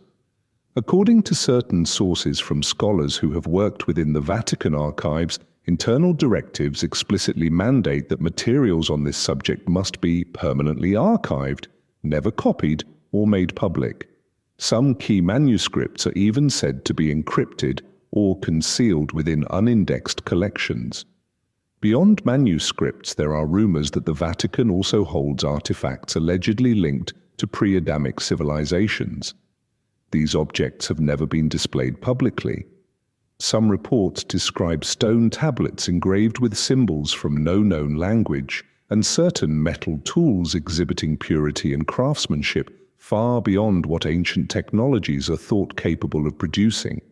Of course, the Vatican neither confirms nor denies the existence of these materials. And access to the most sensitive areas of the archives requires a level of clearance so high that almost no scholar outside the inner church hierarchy can attain it. Yet clues continue to surface. Internal reports, testimonies from scholars who glimpsed the manuscripts, and leaked correspondence within the theological research community all point to a striking conclusion. The Vatican holds documents suggesting that human history may be far more complex than the publicly accepted narrative. And if these records were ever decoded and revealed, they would force the world to reconsider its entire understanding of the past, of origins, of human nature, and of our true place in the cosmic flow of history. Until that day comes, the story of a pre-Adamic civilization will remain one of the deepest secrets, not only behind the stone doors of the Vatican, but within the complacency of modern knowledge itself.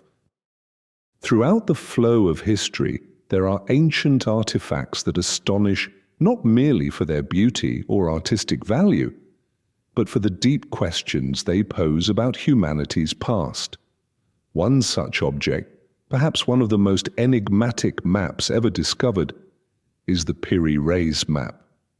Drawn in 1513 by the Turkish admiral and cartographer Piri Reis, this map is famous not only for its extraordinary accuracy, but also for what it depicts: coastlines that should have been impossible for people of that era to know, and it raises a profound question: might there once have existed civilizations with global exploration capabilities whose knowledge was later forgotten or deliberately concealed?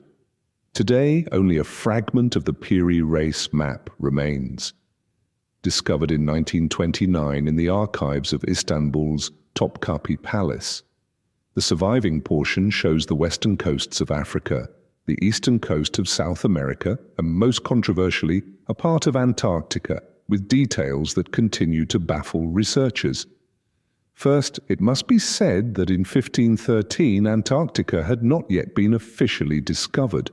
It wasn't until 1820 that European expeditions first set foot on the icy continent.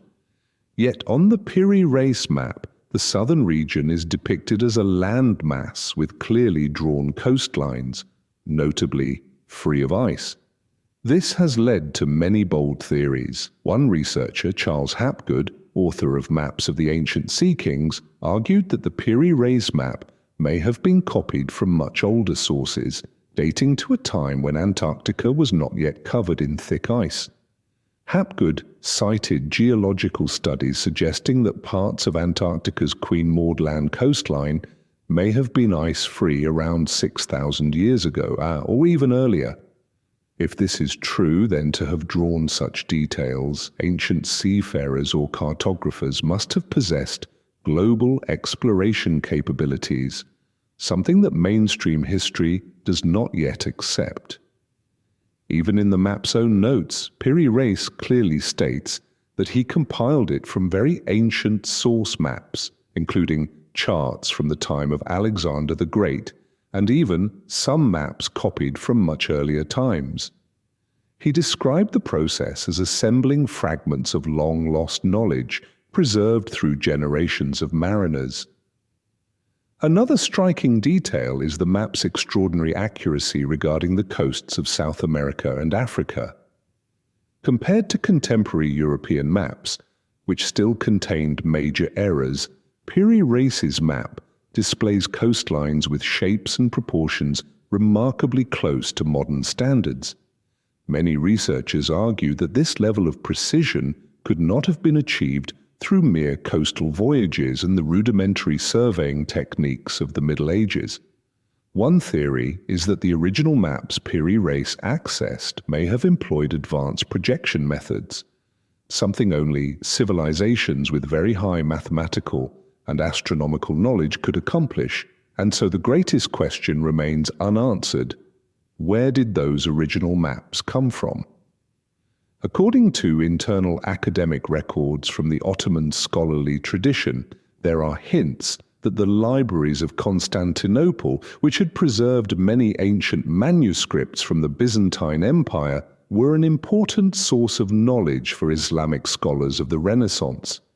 And Constantinople itself had once held a vast trove of Greek, Roman, Egyptian, and Phoenician documents. Independent researchers suggest that during the chaos following Constantinople's fall, some of these ancient charts and manuscripts fell into the hands of Muslim scholars, possibly including maps of lost or undiscovered continents. But which civilization originally created these source maps remains a mystery. Some theories link them to the Phoenicians, master seafarers of the ancient world. Bolder hypotheses suggest they may trace back to prehistoric civilizations unrecognized by mainstream history, possibly connected to pre-Ice Age cultures. An intriguing fact is that after the Piri Reis map became widely known, certain ancient maps once held in European collections mysteriously vanished or became difficult to access. Scholars working in the Vatican Library and old Venetian archives have reported that informal directives were issued advising against publishing maps that could reignite debates about pre-Columbian maritime history. Thus, the story of the Piri Reis map is not merely that of an ancient chart. It opens a profound doorway into questions about humanity's past, about whether globally connected civilizations may once have existed, of which we now glimpse only faint fragments. And when one gazes upon those carefully drawn lines, those ice-free Antarctic coastlines, those precise South American shores, one cannot help but ask how much knowledge of Earth's true history has been hidden, lost, or deliberately erased from the memory of humankind. Among all the stories of hidden history, there is perhaps no subject more controversial, more unsettling to mainstream academia, more quietly monitored by governments, than the possibility that humankind may have once been in contact with beings from beyond this earth. And what makes this subject so compelling is that it is not confined to conspiracy theories or works of science fiction. over the past several decades, a vast collection of books, research papers, archival records, and even government reports on this topic have been suppressed from public release or restricted with great care. And when one traces the shadows of these suppressed materials, an astonishing picture begins to emerge. It is possible that in the distant past, many ancient civilizations may have had encounters, or at least clear traditions, regarding beings not of this earth. Let us begin with the ancient records. Across countless ancient cultures, from Egypt, Mesopotamia, and India to the civilizations of the Americas, there are recurring legends of gods who came from the sky or teachers who arrived from the stars. In ancient Mesopotamia, clay tablets such as the Enuma Elish and the Sumerian king list speak of the Anunnaki, those who from the heavens came to earth, who guided humans in building the first cities and taught them the arts of agriculture and architecture. In Egypt, inscriptions at the temple of Edfu describe beings capable of flight, riding in celestial vehicles, who came from the land of the stars. In Indian culture, the Mahabharata and Ramayana recount in detail great battles involving Vimana, flying craft capable of traversing the atmosphere. Such stories appear with remarkable consistency around the world, to the point where many serious researchers now see them as far more than mere coincidence. What has made this subject particularly sensitive is that since the 20th century, modern authors began systematically compiling evidence, including physical artifacts, suggesting that ancient civilizations may have had contact with extraterrestrial intelligence. One of the first works to be banned or restricted in many countries was The Spaceships of Ezekiel, 1974, by NASA engineer Joseph F. Blumrich. This book carefully analyzed descriptions in the book of Ezekiel about the Lord's chariot, arguing that the technical details align strikingly with the structure of a spacecraft equipped with rocket engines and hover systems. Then came Chariots of the Gods, first published in 1968 by Erich von Däniken. This book compiled hundreds of cases from archaeology, ancient literature, and folklore, all of which could be more plausibly explained if one assumes that humans in antiquity had contact with extraterrestrial beings. Von Däniken argued that the Egyptian pyramids, the Moai statues of Easter Island, the Nazca lines of Peru, and countless other massive structures bear marks of technology or knowledge that local civilizations of the time could not have possessed. The result was swift. Von Däniken's book was quickly banned or restricted in many Western countries, including France, Italy, and Spain, under pressure from both academic and religious authorities. In the former Soviet Union, books on this subject were classified as prohibited for public circulation, on the grounds that they could undermine belief in the intellectual superiority of socialism. And it did not stop with books. A large number of government reports on UFO, now called UAPs, unidentified aerial phenomena, were also classified. Reports from the US Project Blue Book and documents from the British, French, and Canadian defense ministries contained numerous cases suggesting encounters with flying objects and entities beyond the scope of known human technology. The issue grew even more sensitive when some researchers began pointing to possible evidence of extraterrestrial technology in ancient history, not merely in myth, but in physical artifacts. So-called OOPArts, out-of-place artifacts, include the Baghdad batteries, strange carvings in Abydos, Egypt, depicting objects resembling helicopters, submarines, and spacecraft, crystals manufactured with techniques unknown in ancient times, all of which became topics heavily restricted in academic publishing.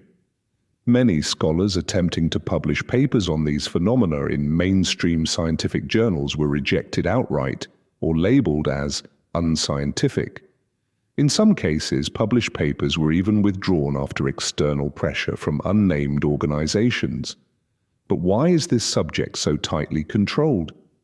One obvious reason is that acknowledging ancient contact with extraterrestrial intelligence would force a complete rewrite of human history, from the origins of civilization to the development of science. Such an admission would shake the foundations of many ideological systems, historical doctrines, and the authority of certain religious and political institutions. Another factor is that certain secretive groups, including national intelligence agencies and even long-standing secret societies, may wish to control this knowledge for strategic reasons. If extraterrestrial technology truly exists, or once existed, the power to access and harness such knowledge could reshape the global balance of power. Today, even as the subject is being opened slightly, with recent releases of some US government UAP reports, deeper research into the possibility of ancient extraterrestrial contact remains largely suppressed in mainstream academia.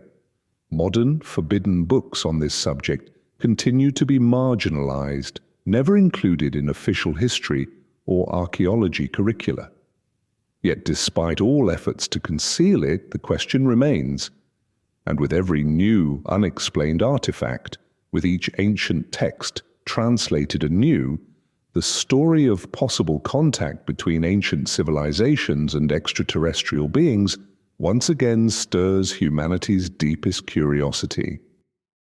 Among the countless ancient legends of humanity, there is one motif that repeats itself across cultures, from east to west, the story of hidden worlds beneath the earth.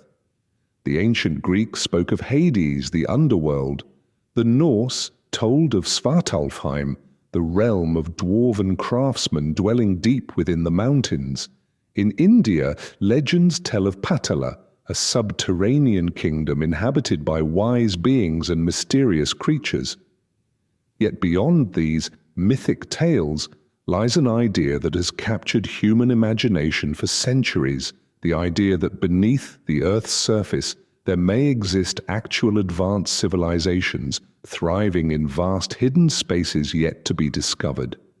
This is the legend of Agartha and the theory of Hollow Earth. The concept of Agartha, sometimes written as Akarta or Agartha, became more prominent in Western esoteric literature during the late 19th century, though its roots are far older.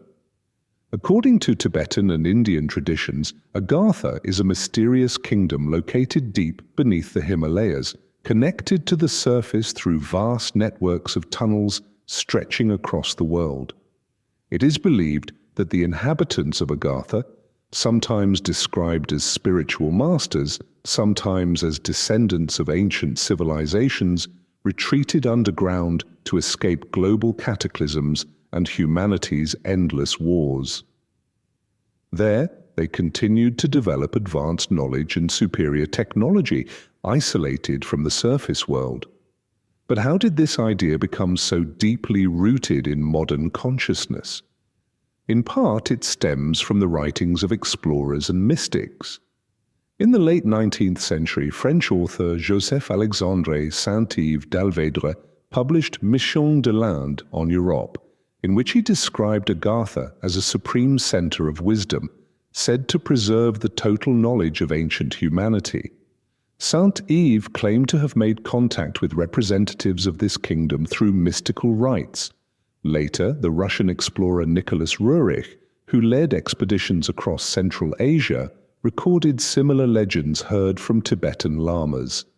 In Roerich's notes, the lamas spoke of hidden gateways to the inner earth, radiant underground cities, and beings of transcendent knowledge. But perhaps what truly caused this legend to ignite in modern imagination was its association with the concept of Hollow Earth. The idea is not new. As early as the 17th century, astronomer Edmund Halley famous for Halley's Comet, proposed that the Earth might contain hollow layers within it. By the 19th century, explorer John Cleves Simmes Jr. developed the hollow Earth theory further, suggesting the existence of large openings at both poles.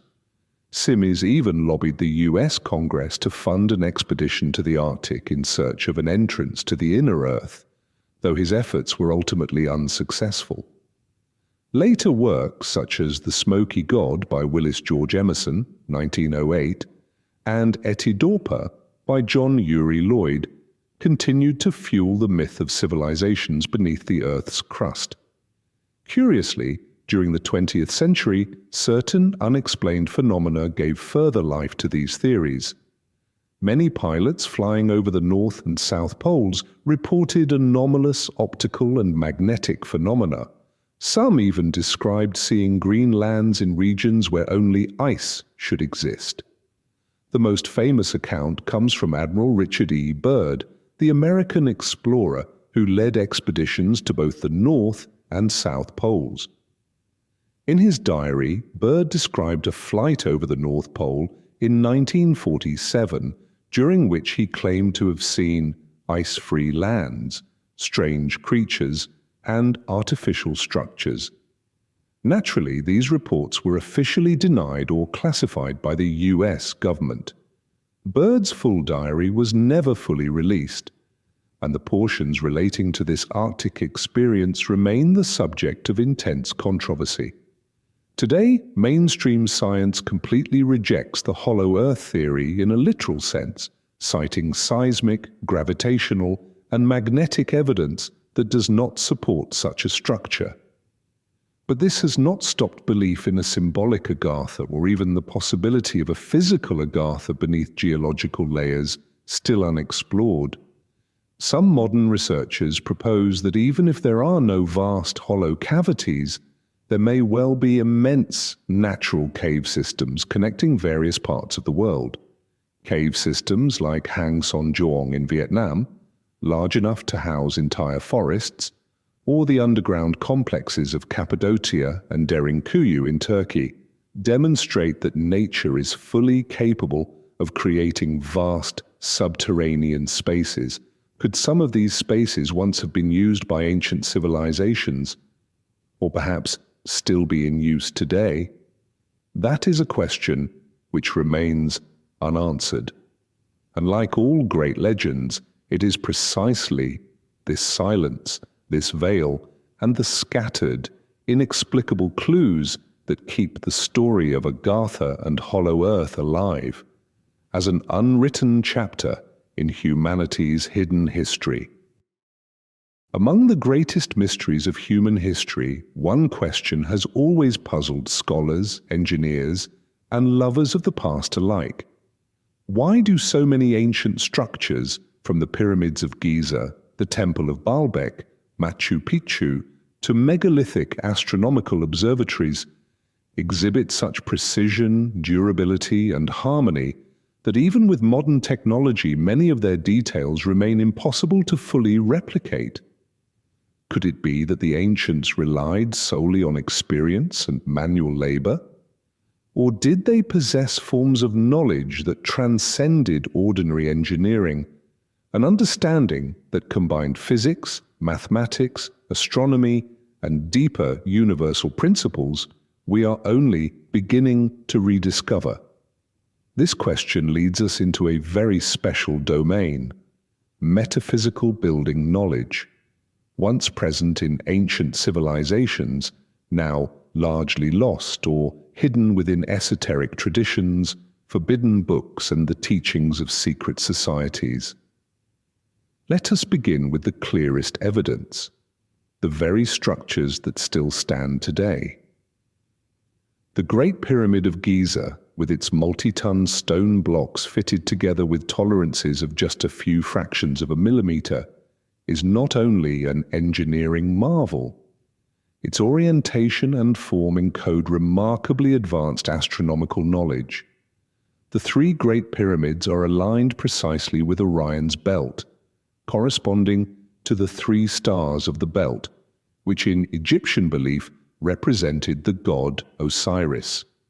The angles of the pyramid faces and the ratio of height to base perimeter are directly linked to mathematical constants such as pi, and phi, the golden ratio.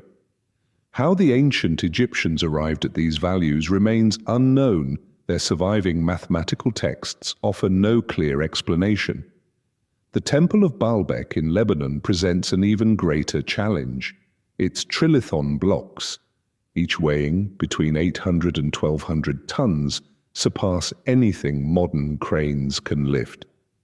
These stones are not only immense but perfectly fitted upon a foundation with such precision that a razor blade cannot slip between them.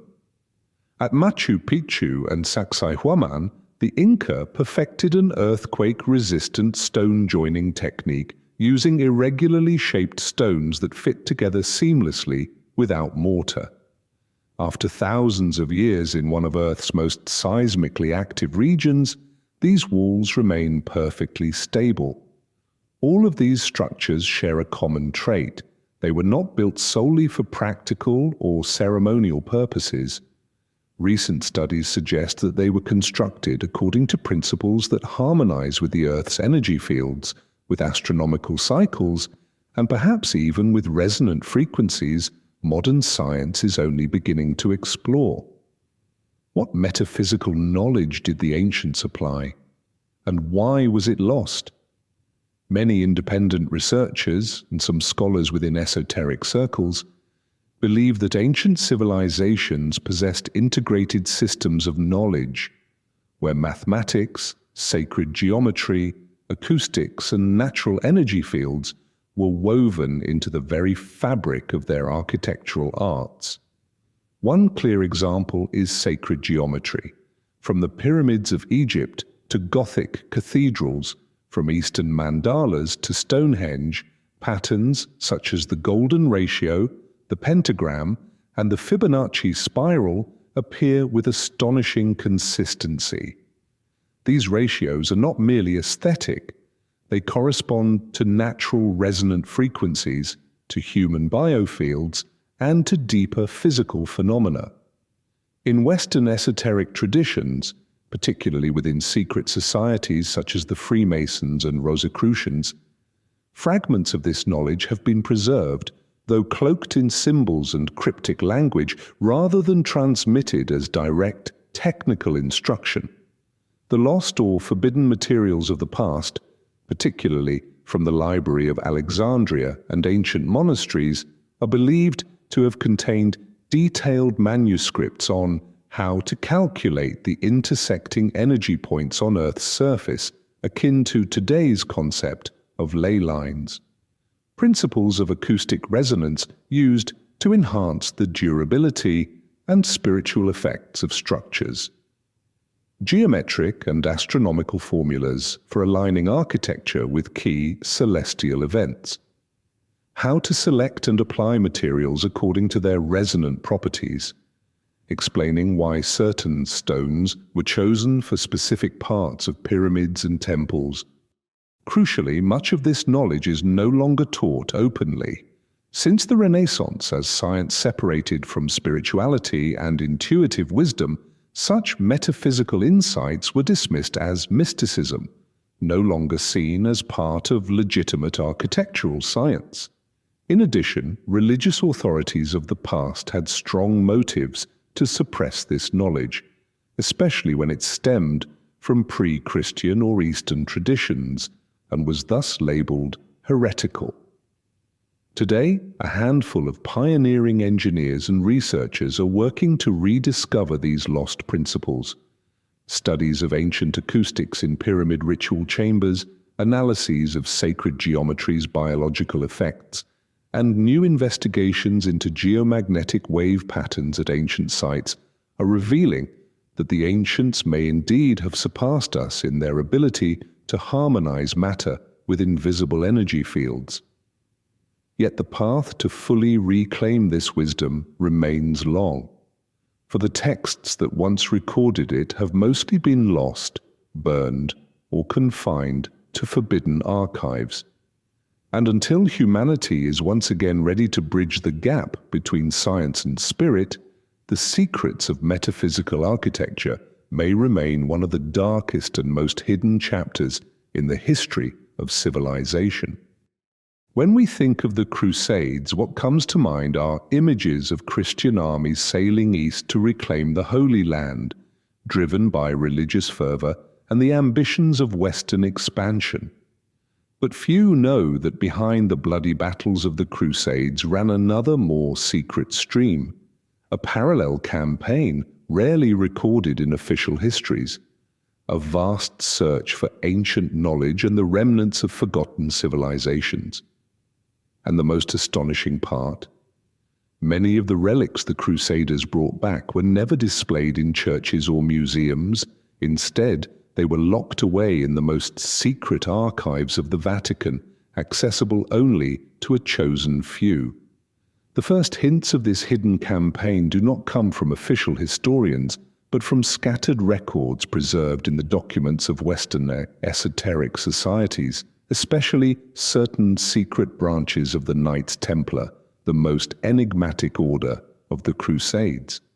According to internal records held by modern Templar research groups, as early as the 12th century, the Templars were engaged in far more than banking or guarding pilgrims, as the official histories would have us believe.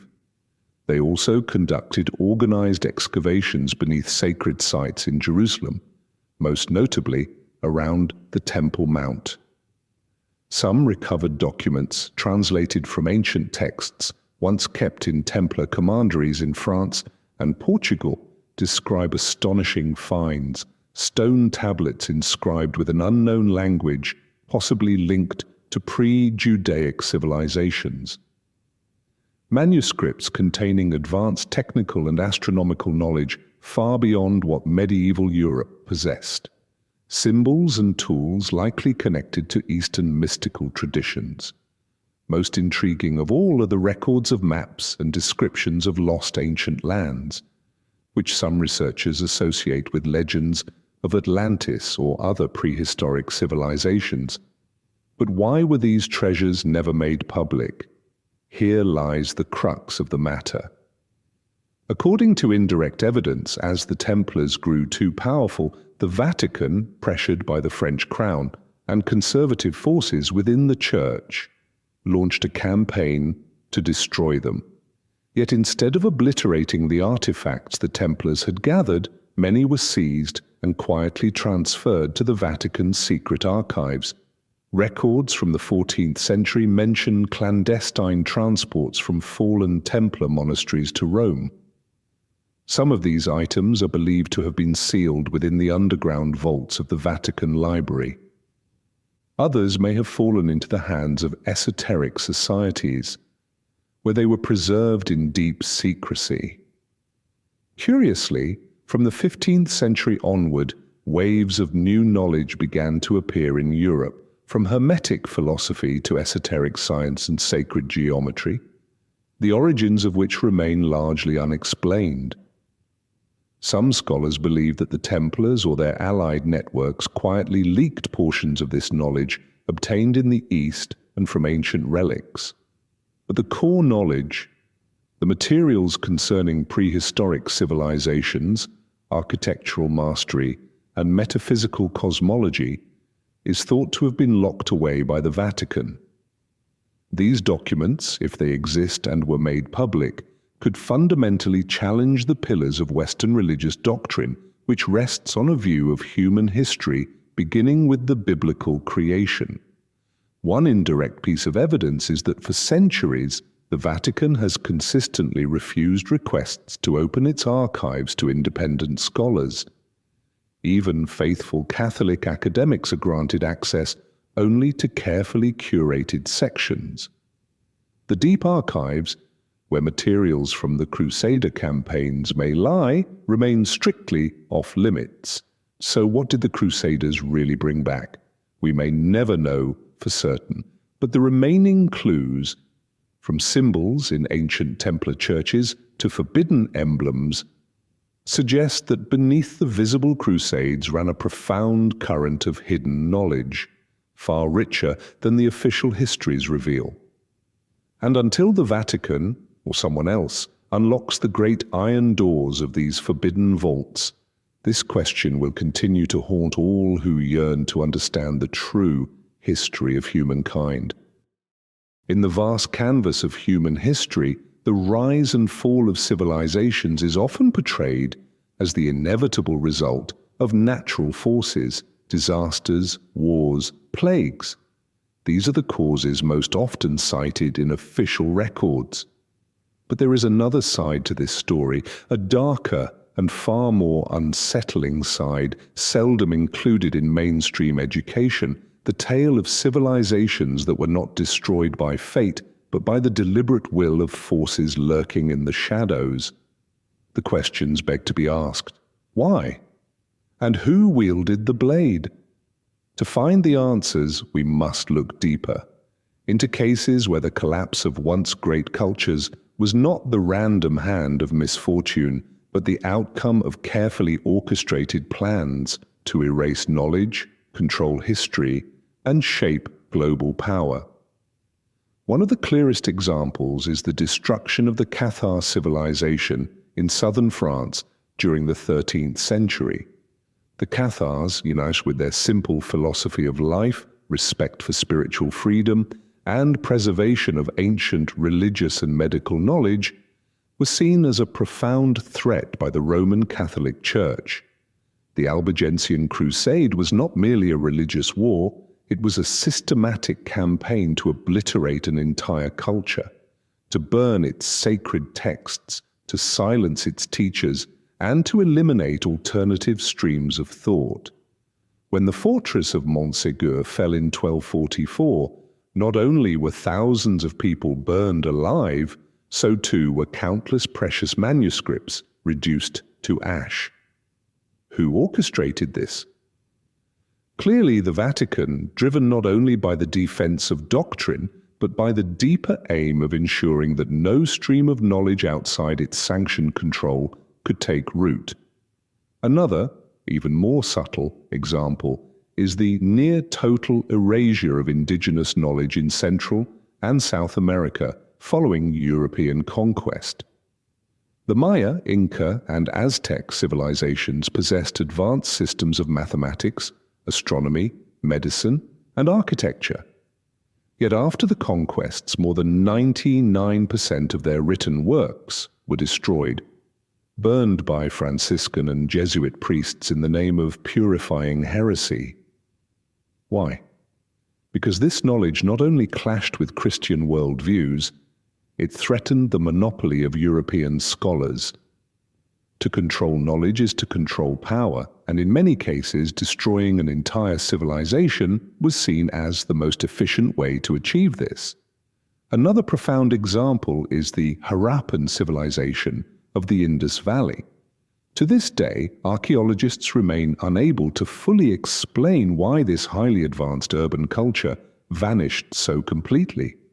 Unorthodox sources, including manuscripts from certain Western esoteric orders, suggest that external forces may have intervened, seeking to prevent the spread of Harappan metaphysical knowledge. Symbols found on Harappan pottery and architecture hint at an understanding of natural energies, sacred geometry, and acoustic resonance, knowledge that could have radically altered the consciousness of neighboring civilizations and even modern humanity had it survived. But who are the forces behind such schemes? Across history, a familiar pattern emerges: entities seeking to control knowledge in order to concentrate power, be they empires, religious institutions, or secretive organizations. In the Middle Ages, the Vatican was a prime actor. In more recent times, groups such as the Rosicrucians, the Freemasons, and international financial elites have been accused of manipulating information, sometimes suppressing archaeological discoveries that could challenge the official historical narrative. Part of this is to safeguard existing power structures. But a deeper reason may lie in an ancient fear: that if humanity were to rediscover certain forgotten metaphysical truths, the balance of power between elites and the general populace could be irreversibly upended. Thus, civilizations destroyed by design are not merely the victims of war or imperial greed. They are casualties of a centuries-long war to control humanity's collective memory. And even today, the fragments that remain, hidden manuscripts, buried artifacts, distorted legends, still whisper stories not yet fully told. Stories of a history that perhaps we are still not permitted to fully know. There is a truth that many scholars privately acknowledge, yet few dare to discuss openly. Within humanity's vast body of knowledge there exist forbidden books. Not because they are baseless nor unscientific, but because they contain warnings too unsettling for the powers that be. When these warnings are peeled away, they reveal a chilling message: that history itself moves in inescapable cycles of rise and fall, light and shadow, wisdom and ignorance, repeating endlessly as though humanity is trapped within a hidden wheel few are conscious enough to perceive. And strikingly, in ancient forbidden texts, from Gnostic writings, Hermetic manuscripts, to the works of philosophers cast out from mainstream thought, these warnings were clearly written. A classic example appears in the Corpus Hermeticum, the collection of mystical writings from the Greco-Egyptian world. In the prophecy of Hermes we read, "There shall come a time when men will forget their divine origin. Only the outward appearances of knowledge shall be honored, while true wisdom is buried. Temples will be built without understanding of the divine. Science shall progress, yet lack wisdom, and the world will spiral toward destruction through its own arrogance." That warning echoes as though spoken for our own age. In the forbidden Gnostic texts, banned by the Church for millennia, there exists the concept of the archons, symbolic entities representing forces that manipulate human consciousness, causing humanity to forget its true nature and become trapped in the cycles of material history. According to these texts, when humans become too enthralled with technology, too fragmented in their understanding, and too obsessed with hollow wars of ideology, that is when the cycle resets. A brilliant civilization can collapse, not from lack of technology, but from losing the harmony between knowledge and spirit. Even within the Hermetic manuscripts, there are passages describing that prior civilizations, unnamed, had fallen into precisely this trap. They achieved remarkable technological mastery, yet created tools of destruction beyond their control. When the balance was broken, nature itself, described as a deeper intelligence, restored order through catastrophe. Are we now repeating that same history? Signs are everywhere. As artificial intelligence, bioweapons, and mind control technologies advance toward unprecedented heights, we also see a simultaneous erosion of human values, inner knowledge, and genuine human connection. Notably, certain forbidden texts of the Middle Ages warned that every period of extreme technological brilliance carries the risk of deep societal imbalance. When humankind believes it can replace the divine or nature with machines and pure logic, that is the moment when collapse begins silently. Another profound example lies within ancient alchemical writings. The alchemists were not merely seeking gold, they embedded deep philosophy about the life cycle of civilizations. According to their teachings, any civilization passes through the phases of nigredo, darkness, albedo, rebirth, and rubedo, completion. But when this natural process is forcibly halted, when power structures seek to freeze a civilization in the rubedo phase through control or violence, decay inevitably follows. In our modern world, with global networks of information control, cultural homogenization, and resource dominance on a scale never before seen, we are in danger of falling into exactly that trap. Modern forbidden literature, from studies on thought control technologies to reports on the risks of runaway AI, show that the cycle is closing faster than ever. Yet, like the Gnostic manuscripts of old, these warnings are kept on the fringes, excluded from mainstream discourse. Perhaps the bitterest truth is this: prior civilizations, Atlantis, if it truly existed, Sumer, ancient Egypt, the Maya, all seem to have followed these same paths. Their remaining ruins, inscriptions, and oral legends all whisper of golden ages lost, swept away by human arrogance and imbalance. Are we destined to repeat their fate? As the ancient Hermetic sages said, the answer depends entirely on whether we can learn the lesson. But to learn, we must be free to access the knowledge, including that which is now forbidden or distorted.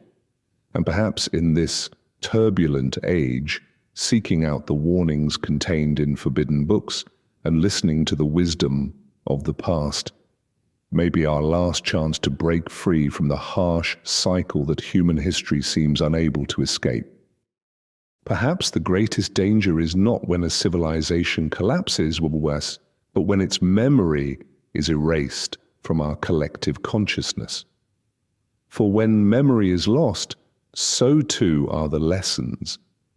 And when the lessons are gone, the cycle of history is given the chance to begin once more. The stories we have explored together of buried civilizations, forbidden books burned, hidden knowledge sealed away, and warnings deliberately obscured, these are not mere fragments of some distant past.